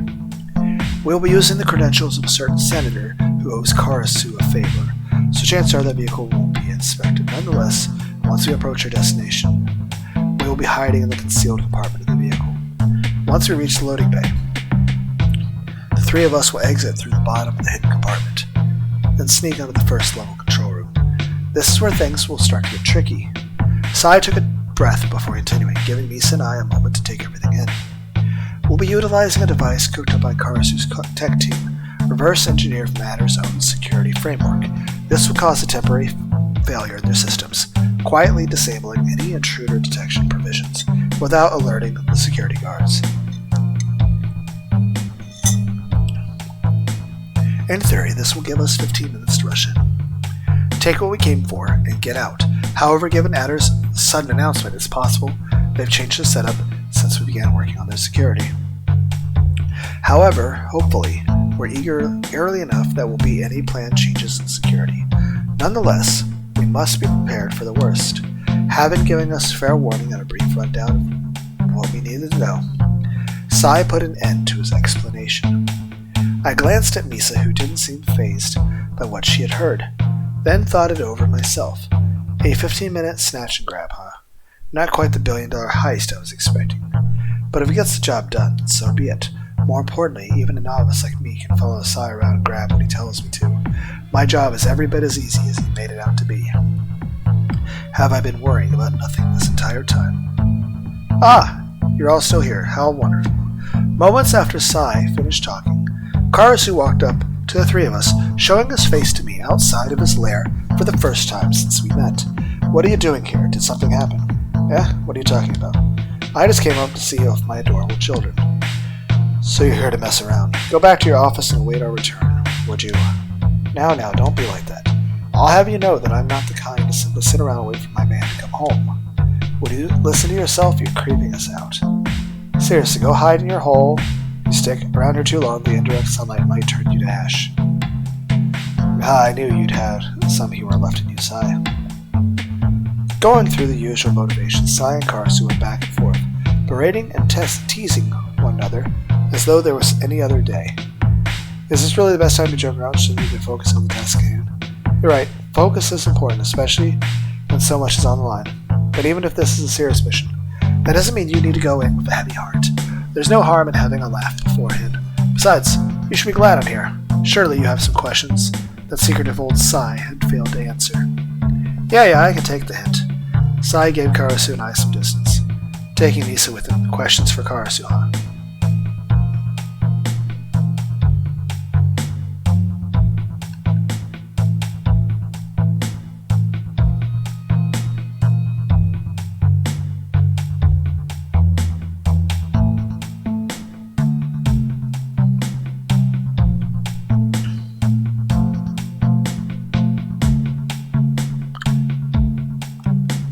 Well, there is one thing I've been wondering about.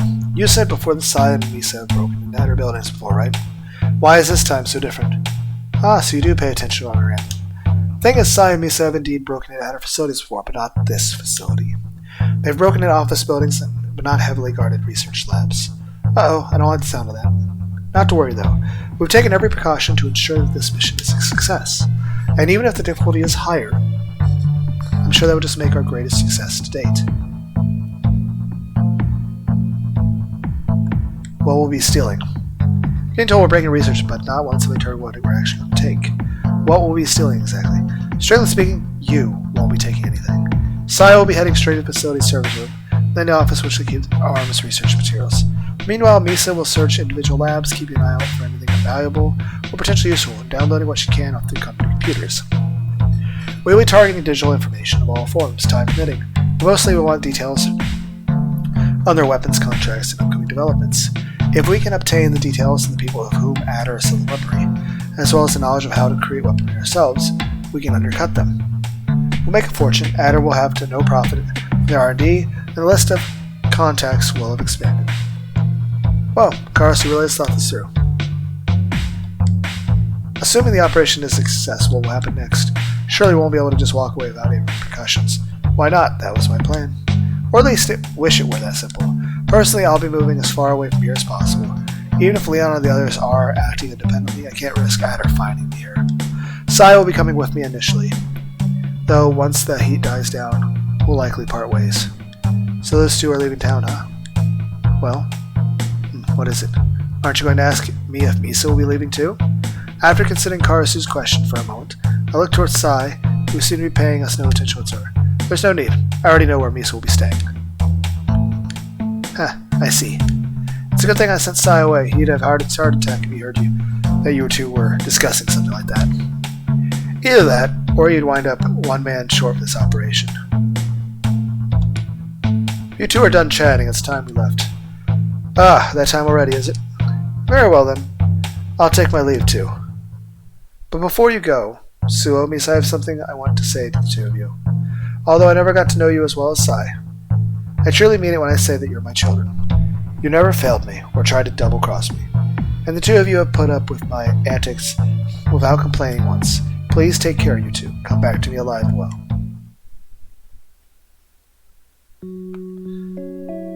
Moments after saying goodbye to Karasu, an armored truck arrived in the parking lot. Barely able to fit through the entrance, the large truck was loaded with equipment Sai believed that we would need. And once we had filled it, three of us climbed inside. We hit the road as the sun began to set, paving our way through the city and towards the town I knew nothing about. By the time we had arrived at Middlebrook, night had fallen upon us. We departed from Karasu's parking lot at 6:20 p.m., then drove for at least 3 hours before entering the neighboring city.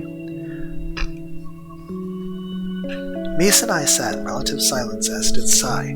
The only words to leave his mouth were instructions, as well as elaboration on my role. He explained to me just enough that I could muddle my way through my admittedly small role in this whole operation.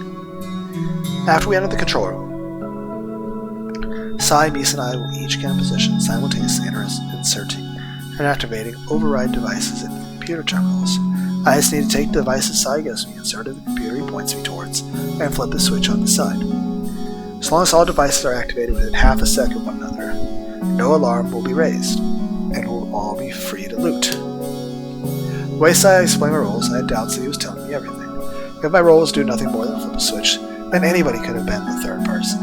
They wouldn't have needed to train me at all. I should have asked Karasu to explain my role while I had the chance. Sai seems hell-bent on keeping me out of the loop as much as possible. There's no way my role is simply as unimportant as he's making it out to be. Suo, Misa, we're almost there. It's time to hide. Nod. All right. Caught out while I was paying attention. Sai alerted me to our proximity. After a long drive, Adder was finally coming into sight. Wow, it's really cramped in here. I understand why we need to hide, but trying to fit through below the floor of a vehicle like this is unreasonable.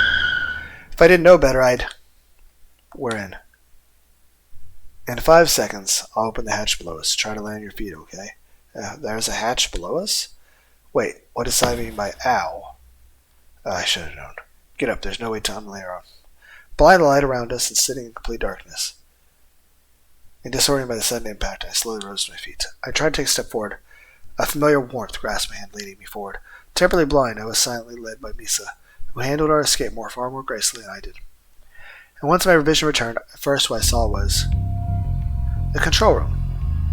Alright, Suo, Misa, do you have the device I gave you? I put my hand in my pocket and grabbed a small plastic drive Sai had given me. It looked like I felt an ordinary USB drive. Bar, the switch, the antenna, but according to Sai, it was software on the drive that made it special. Nod. Yes, sir. Good. Suo, that terminal's yours. Misa, yours, the one next to it. Suo, you go first. Misa and I will sync our timing with yours. Understood? Got it. I removed the drive from my pocket, opened the cabinet below the terminal.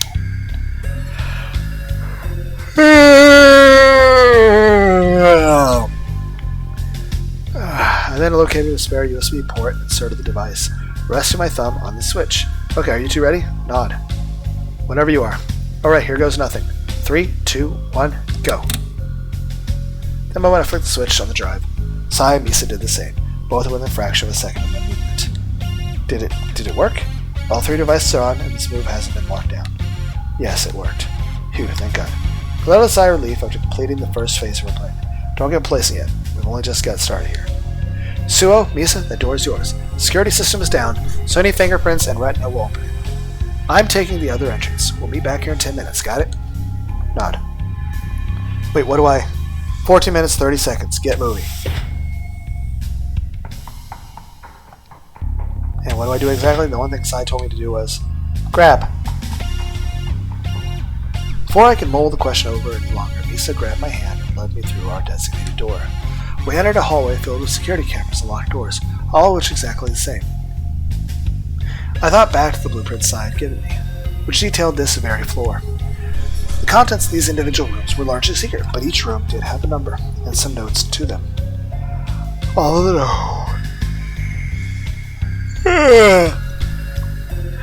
the notes didn't make much sense at the time.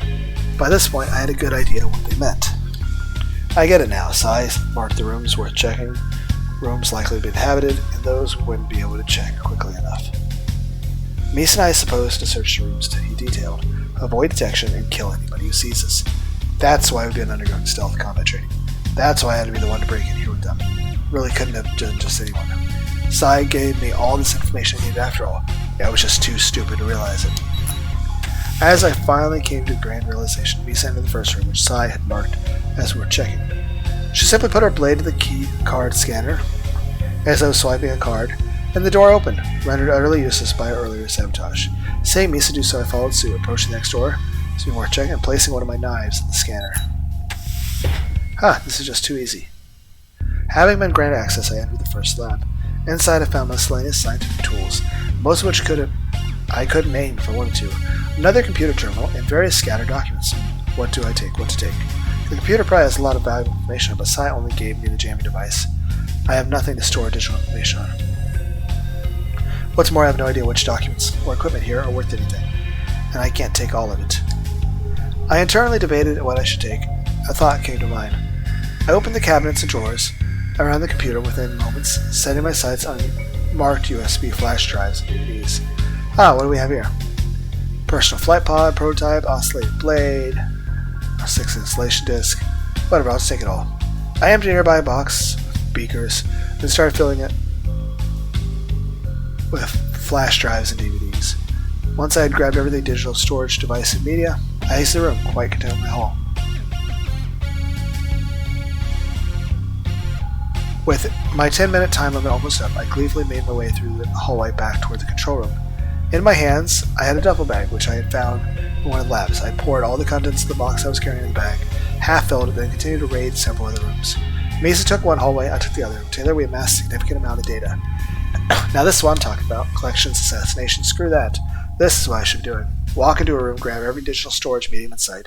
Walk out. For such a supposedly dangerous job, this has been way too easy. Really now. Just what I was so scared of. I'm making a killing.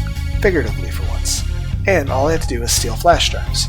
I've just been overthinking this whole mission all along, and Sai is probably going to be dead here in a second. Despite my optimistic outlook, I knew we weren't done yet. Ian and Misa and I had been successful. We hadn't heard from Sai, nor had we made our escape. I'm sure those two are doing fine. They're professionals here, not me. If I can do this, they shouldn't have any problem. All I need is to head back to the control room, wait for my companions, head back home. As far as I'm concerned, my work here is not over yet. It isn't? No, what are you saying? I've done my job, and I'm ready to go.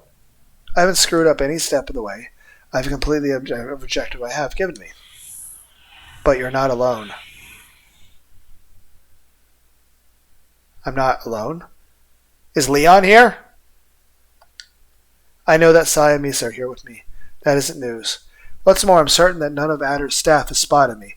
I've been quiet, avoided the dangerous rooms, and haven't heard or seen a single other person. So anyway, my he's here. Leon. I wonder if Leon's the one who killed... He? Hi, Leon. Gotcha. Turning around last second, spurred on my sickness, I defended myself from Leon's surprise attack, just in time. He swung his katana at the back of my head, which I desperately blocked with my 2 knives that dropped my hull on the floor. I wonder if Sai is currently fighting Kane. Leon, what the hell? Ah, your reflexes have improved. I guess Sai really can whip someone into shape. Anyone into shape, huh? Pity your training will have been for nothing. Leon struck again and again, attacking me relentlessly as he aimed for my throat. Unlike last time we fought, however, this time I could see his movements clearly, and I was able to react with time to spare. Not bad. I figured you would have improved by now, but not to this degree. Maybe Violet had a point when she suggested we recruit you. Leon jumped back, keeping his blade in position, and ready to react at a moment's notice. You know, I always wondered what Karasu saw in you. He claimed that you were adaptable, the perfect person for Sai to mold. At first I thought he was just, being Karasu, but now I'm not too sure. Leon continued to talk with his blade steady in front of him, never attacking, yet never letting down his guard. With that in mind, let me make you an offer. An offer? Yes, that's right. Something mutually beneficial, I assure you. I gripped my knives tight as Leon smirked, careful not to let his words distract me. We're both here to rob Adder. The only difference is you plan on giving what you find to Karasu, whereas I will be selling the information myself. Care to guess which one of us will profit more than the other? Even with Leon finishing his offer, I knew exactly what he was suggesting. You want me to join you? Now? You must be joking. 30 seconds ago you tried to kill me. 30 seconds ago I thought you were an easy kill. Listen, I don't care what you think of me, quite frankly I hate you too. But, at least you're being honest. But still, fuck you. But, if we team up temporarily, we'll both gain significantly. You'll make far more apparent with me than you ever decide with Karasu. What do you say, interested in killing, making $50 million? $50 million? You're here because you're getting paid healthily, right? Even so, I doubt Karasu's offering that kind of money. $50 million for one day's work. It's true that Adder is a multinational, multi-billion-dollar company. They have wide influence, unrivaled global presence, and a scary amount of power. Even so, to think that such an impossibly large sum of money could all be mine. Come on, hurry up and say yes already. We're both on the clock here. He's right, there's no time to be hesitating. I'm already running late. Misa and Sai will be along any second now. If I don't hurry up and... Wait, Misa? As Misa came to mind, the allure of money suddenly seemed far weaker than it had moments ago. Rather than focusing on the absurd amount of money offered me, I found myself thinking about the life Misa and I had agreed on mere hours ago. The two of us cohabitating, free of our responsibilities under Karasu's employ, able to spend our days however we wanted. That's right, even if money was once a reason for me being here, it isn't that simple anymore. I have money. When this is over, I'll have plenty more. But if I accepted Leon's offer, money is the only thing I would have. Leon, I have to hand it to you. That is an impressive sum of money. Even so, I know better than anyone. Money isn't everything. I lunged forward, flashing Leon with both my knives. He parried each blow with little difficulty, sustaining only a couple light scratches. As he did, so that's your answer, huh? Fine, we're never going to get money anyway. Oh, you were lying. Why do I keep trusting people? Leon swung back, attempting to regain the offensive, but I didn't let up, continued pushing forward, striking each of my weapons to sink.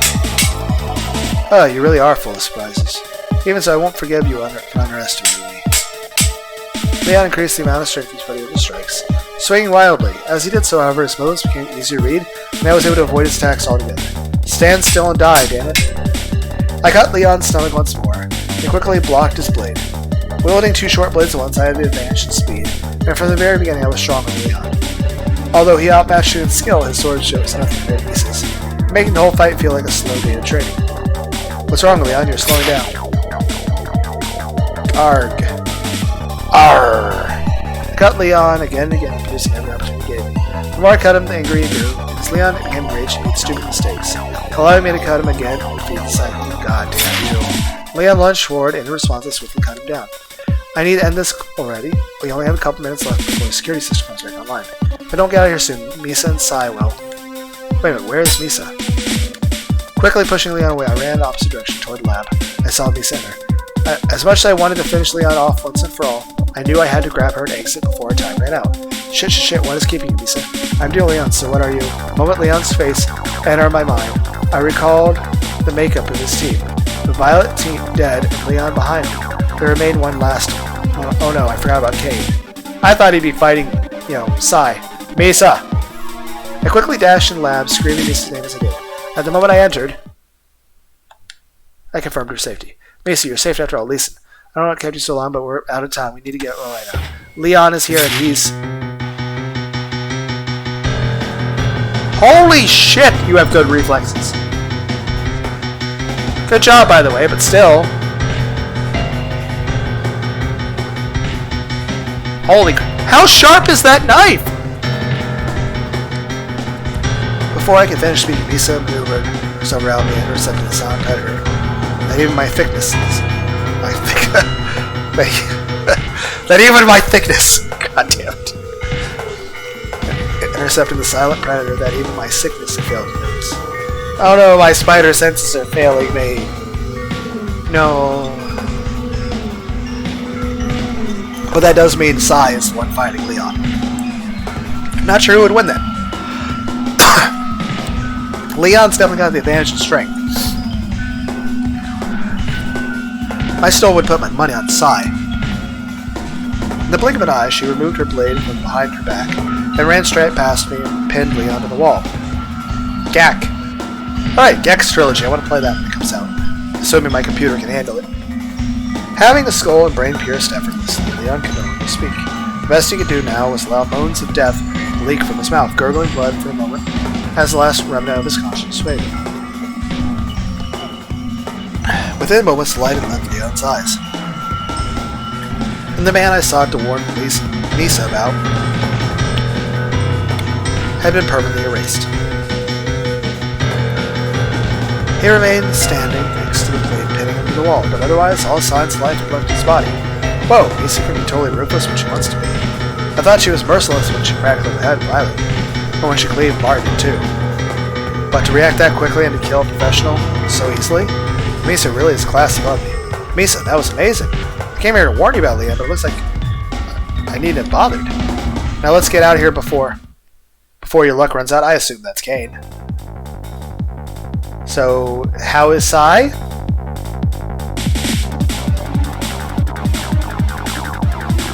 While Misa was still focused on Leon, Kane seized the opportunity to grab Misa by the throat. Unable to move her blade from Leon's skull in time, Misa was left to fight against Kane in terms of strength below, putting her in an insurmountable disadvantage.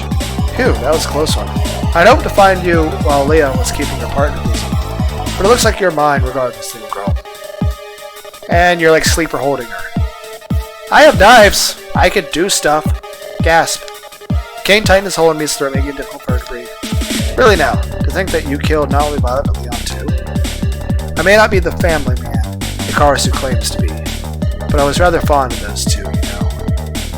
Gasp. Misa continued to struggle, desperately trying to break free from Kane's grasp. However, for all her impressive traits and skills, Misa was still just a young girl, and she couldn't hope to win against Kane in a battle of strength. Misa, let her go, you bastard. Oh, I wouldn't come closer if I were you. One little twist of this girl's head will come straight off. So I assume Sai will come into hand at this point. Kane increased the pressure he had placed on Misa's neck, and as he did so, the last of her resistance faded.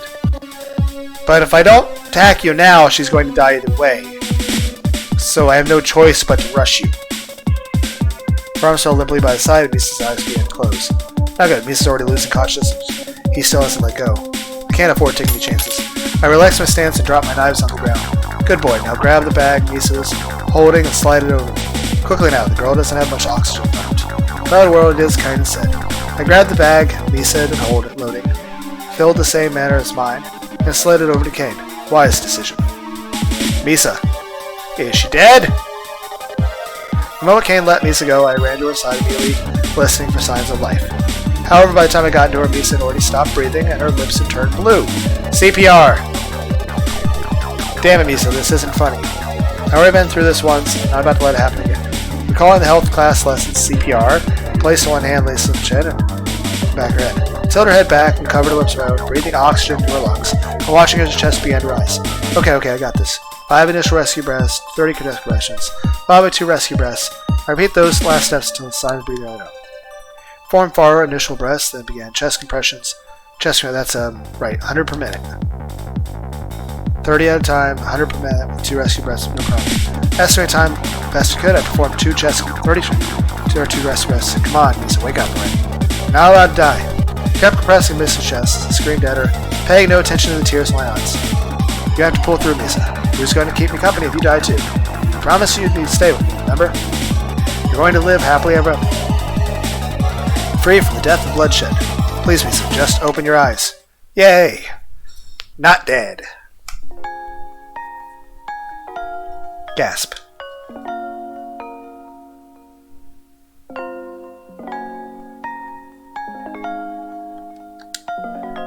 Misa? Through tear-filled eyes, I at last saw Misa wake up. Through groggy and disoriented from lack of oxygen, not to mention her near loss of life, Misa, slowly but surely, opened her eyes. Her chest began to rise and fall, color gradually returned to her face. Weak breaths escaped her lips, fulfilling the role I had until moments ago. It was a close call, but there could be no doubt Misa pulled through. Jeez. Don't scare me like that. As soon as Misa opened her eyes, all the tension left my body. I completely forgot about the time limit which we had already passed, and the 2 interlopers who got us into such a position. All I could see was the precious face of the girl I had managed to save. Misa, don't you dare scare me. Misa, don't you dare scare me like that again. If even you were to die, then I... Oh, fuck! I need those organs! Following the path of Misa's shocked eyes, I lit up my side of my own torso. Sticking on my chest was the tip of a blade, which had quickly and effortlessly pierced my sternum. Is that... Yeah, I've got to hand it to you, kid. I didn't think you'd actually manage to save her life. It's a good thing I decided to stick around and finish the job, just in case you actually succeeded. From behind me I could hear the voice of Kate, and continued to drive the blade further into my torso as he spoke. Removed from Leon's corpse, Misa's blade was inching its way through my body, spilling my blood onto Misa and the floor below us. Drops of blood drove from my mouth as I tried to catch my breath. Every movement of my chest brought with it pain, and I could clearly feel my own life slipping away. And did Sai shoot him? As my body slowly fell to the ground, so too did that of my killer. A single gunshot echoed out, and as I looked behind me, I could see Sai standing over Kane's corpse. You're a bit late, Sai. Would have killed you to get here 30 seconds sooner. Because, you know, I'm really not enjoying the alternative. Watching my own blood pour from my chest, I calmly analyzed my situation. I had been stabbed in the back by Kane, possibly dealt a fatal blow, and been left to bleed to death in a location in which I had no chance of receiving medical attention. I was under no illusion as to what would happen next.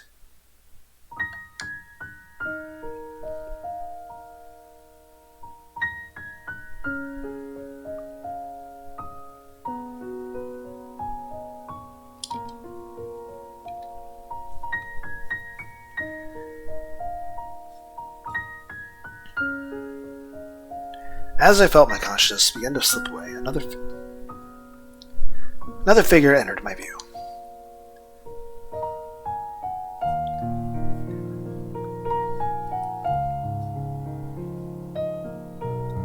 The girl I had saved moments before getting stabbed. The girl who walked beside me every day.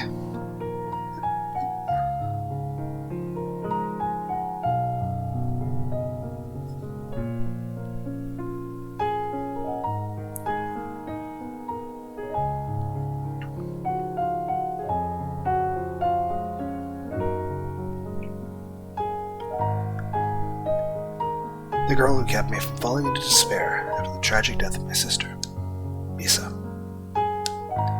Misa's mouth moved back and forth, silently screaming at me as I failed to get up. Tears streamed down her face, further smudging the blood I had left barely 1 minute prior. Ah, Misa, you really don't know when to go. I guess the same could be said about me. No, in my case, my perseverance actually paid off. Unfortunately, I think that trick would only work once. Saving one life was the limit.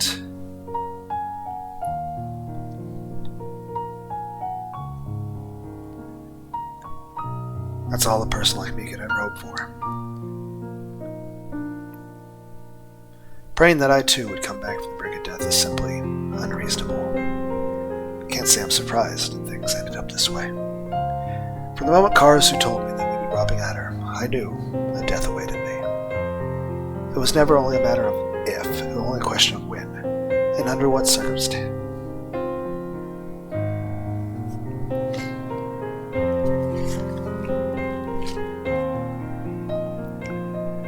The piano is nice.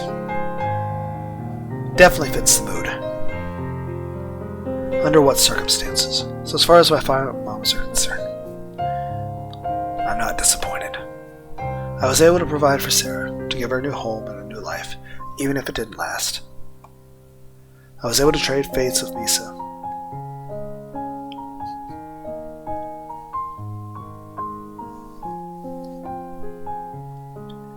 Saving her life at the cost of man, finally repaying her for everything she's done for me, and finally with the life gradually leaving my body, I'll be reunited with Sarah once more. When I think about it like that,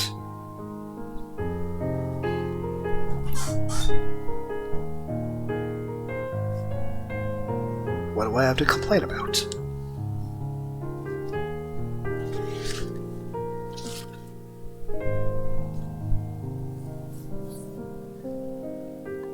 Suo.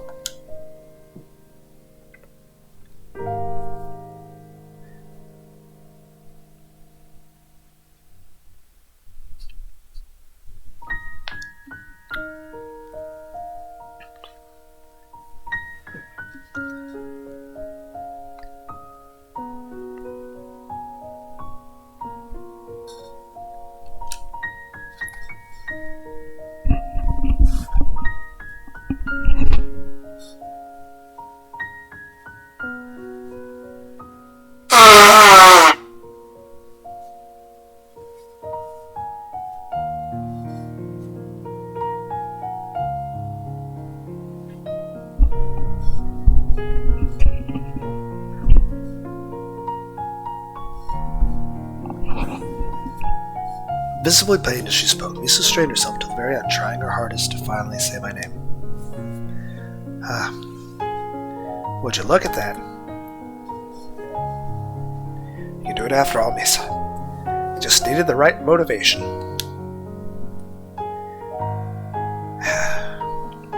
May my death will be worthwhile after all. It's a good game.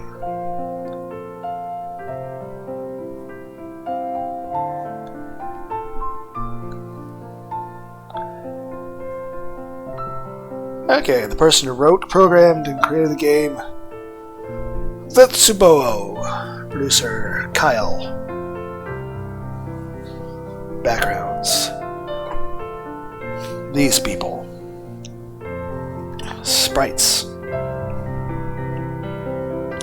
CGs.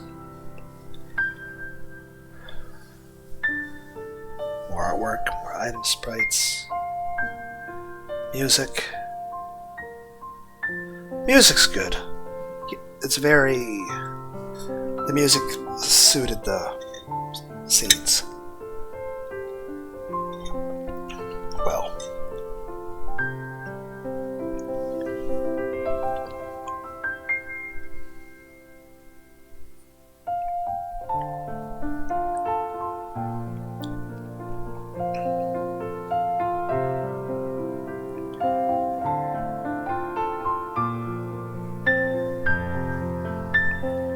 But yeah, it is a good game.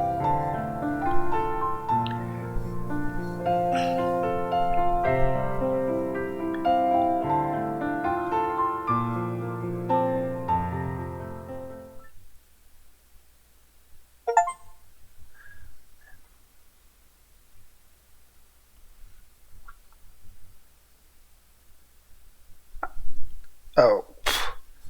What?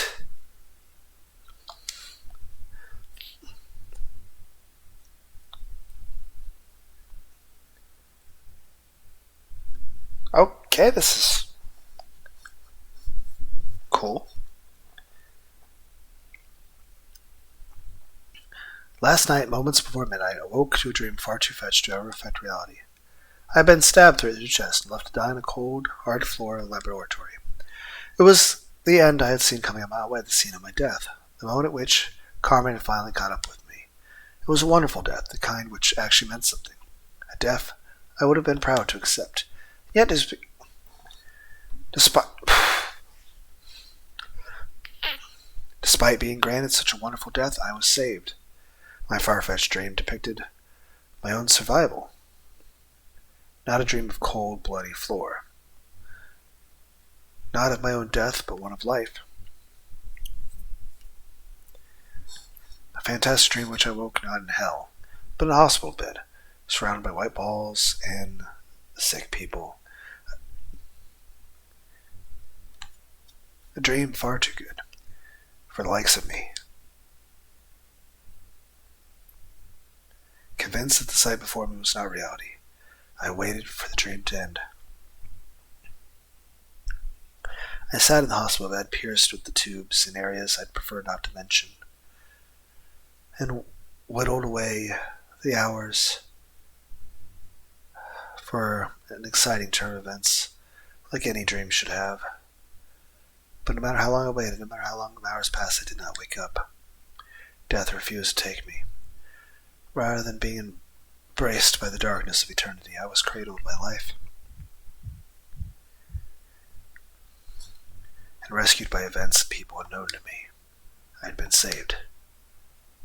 In the corner of my room sat a television depicting a familiar street and reporter. Robbed of any other source of entertainment or information, I focused on the television, listening closely to the morning news. Filled with cheer just days ago, these low-class streets are now bare once more, filled only with the homeless and the trash the visitors left behind. Though popular around Christmas, Middlebrook remains a notorious city known for its relaxed stance on slave labor, known only to Richmond and corruption. Second only to Richmond and corruption. Unlike Richmond, however, Middlebrook has one saving grace, and that is Adder, of course. And the news of Adder's latest feats is spreading like wildfire. Between their new product launch and sizable Christmas sales, Adder stocks are up 15% from this time last year, set to break estimates. Man, must be alive after all. There's no way the afterlife could be this cruel. There's nothing to do, Adder is thriving, and I have more tubes than friends. This is my life, all right. Honestly, how did I pull that off? Can't I even die properly? Now, I'm not sure whether to be thankful or embarrassed. I was so giddy about the thought of having such a cool and meaningful death that I was actually happy to be dead. But I guess for someone like me, even that is too much to ask for. Remorseless killers who get their own family members murdered don't deserve death. Sitting in a hospital room with a colostomy bag and a urethral tube is far more fitting punishment. Now I just need Karasu to call up and start one of his long-winded spiels, and I'll truly be in hell. Mr. Tesla? As my thoughts dragged me further away, a sudden call returned me to reality. Just call me Suo. Oh, right, Suo then. Suo, when did you wake up? I looked at the clock at the wall. It's almost 8 a.m. already. Geez, I guess I woke up 8 or 9 hours ago? The nurse looked at me in a perplexed manner. My initial reply caught her off guard, as did the fact that my eyes were open. Mr. Tesla, I'm Suo. Do you know where you are? Some hospital, I guess. Probably in Richmond or Middlebrook. Once again taken aback by my blunt and disinterested reply, the nurse faltered for a moment before continuing. Suo, you suffered heavy blood loss. After being stabbed in the chest, you really should lay down. I patted my chest where Kane had stabbed me. Even as I reached under my hospital gown, I could feel no wound, nor even stitches. If the wound left a scar, I couldn't tell. I think I'm okay. I tried to stand up, hindered only by the tubes protruding out of my body. You can't do that. Please lay back down. The doctor will be in shortly, and he'll discern whether you can have those removed, okay? All right. I understand. Yeah, I mean, usually in that situation, you have a fucking Foley catheter, which means you literally can't remove it. Because what it is depending on the type of catheter, some are thin and some are like very, very thick. But regardless of how excruciatingly thick the damn catheter is in your fucking dick. It's going about 14 inches up inside your body, and at the other end there is a bulb that is inflated with fluids that physically prevents it from ever coming out of you. That's why there's 2 nozzles on the tube, on the side, not too far out, out of your dick. One nozzle leads to the bag collecting your urine.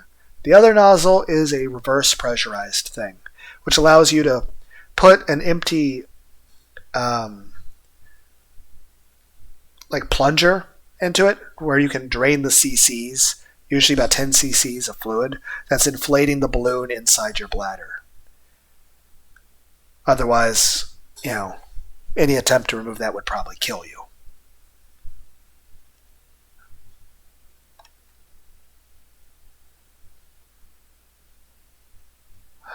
That being said, even after doing that, let's just say the whole experience with that, or removing it, is horrible. Following the nurse visit, several doctors came to see me. They were amazed to see I'd woken up so soon. Told me how they didn't think I'd even survive the surgery, let alone ever wake up. Furthermore, the rate at which my wound had healed staggered everyone, myself included. After being stabbed through the chest, not even a scar remained. Once the doctor agreed that my tubes could be removed, I was practically at full health. Mr. Tetsuo, I understand you're keen to get up and move around, but please take it easy. Standing up and stretching so soon is a bit. I'm fine. That doctor said I should be okay as long as I don't leave the hospital. I see. In that case, do you think you're ready to accept visitors? Visitors? Huh, like I'll get any of those. If someone wants to see me, let them right in. Okay then, I will get her now.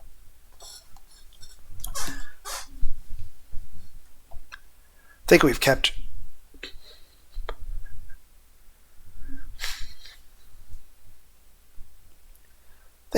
your girlfriend waiting long enough. My girlfriend?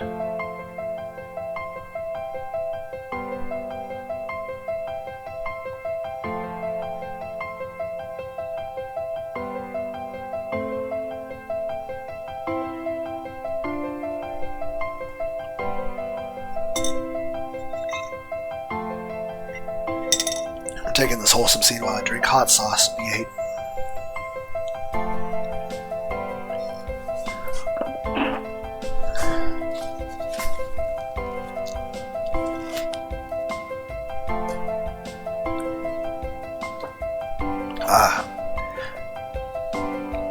Sliding open the door, the nurse led in a solitary girl who had been waiting patiently outside of my room, wrapped in a dress. I bought her. Misa slowly walked into the room, already teary-eyed the moment she laid eyes on me. Misa? Just as she had been the moment of our separation, Misa was crying as she stared at my face. But unlike last time, this time Misa was crying out of joy. Resting beneath her tears was a smile, the angelic smile I'd grown so fond of, yet taken for granted during our time together. The smile she showed me when we first ate together, when we went to the arcade, during our picnic, and even when we bought that very dress. A smile I wanted to see every day for the rest of my life.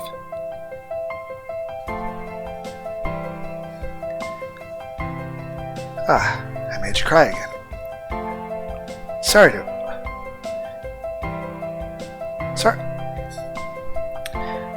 worry you, Misa. Shake.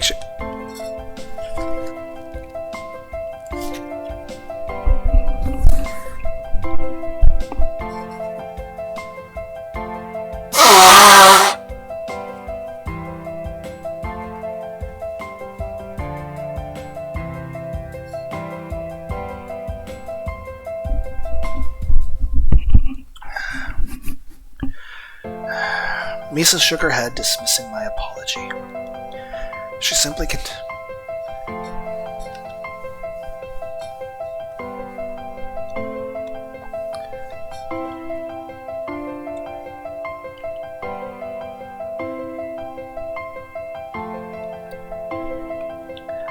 She simply continued to smile. Pain. No mind to the tears soaking her face.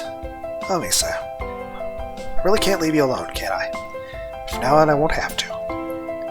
Misa, it may be a few more days before I'm allowed to leave this place, but once I do, let's go home. Happy face.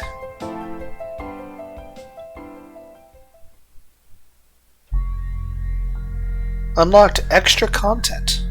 You have unlocked an extra route in which you may play through sickness from the perspective of Misa.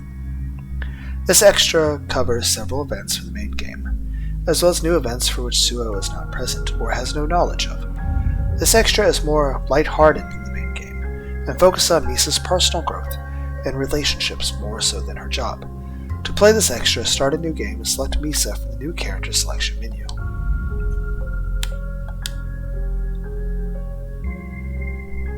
Okay, so we have even more routes we could choose in future playthroughs. This is a good game. Let's check the gallery real quick.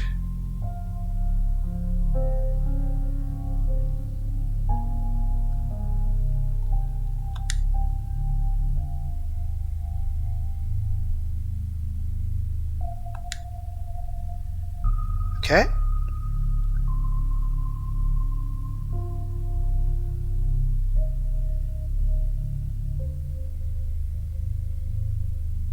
So there is...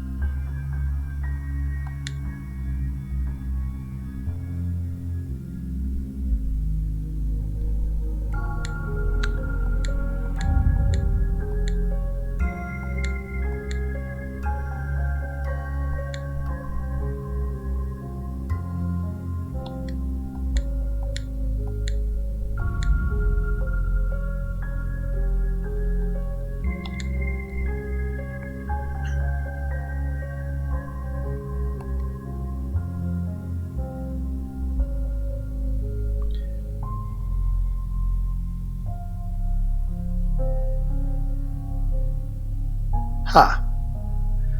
So there are options in which she lives through it, or...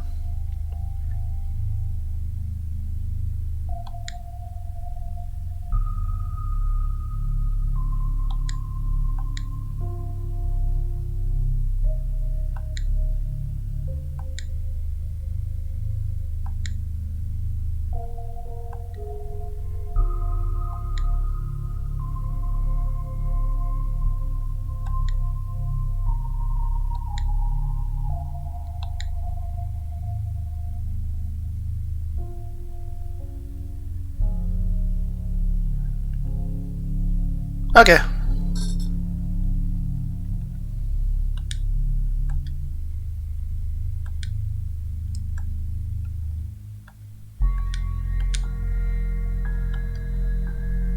Well, we'll end on...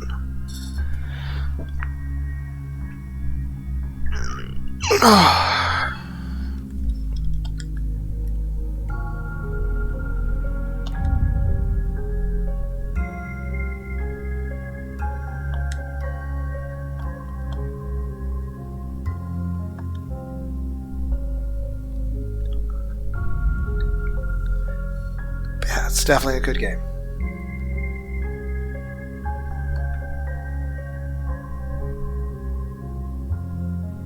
Later, everybody.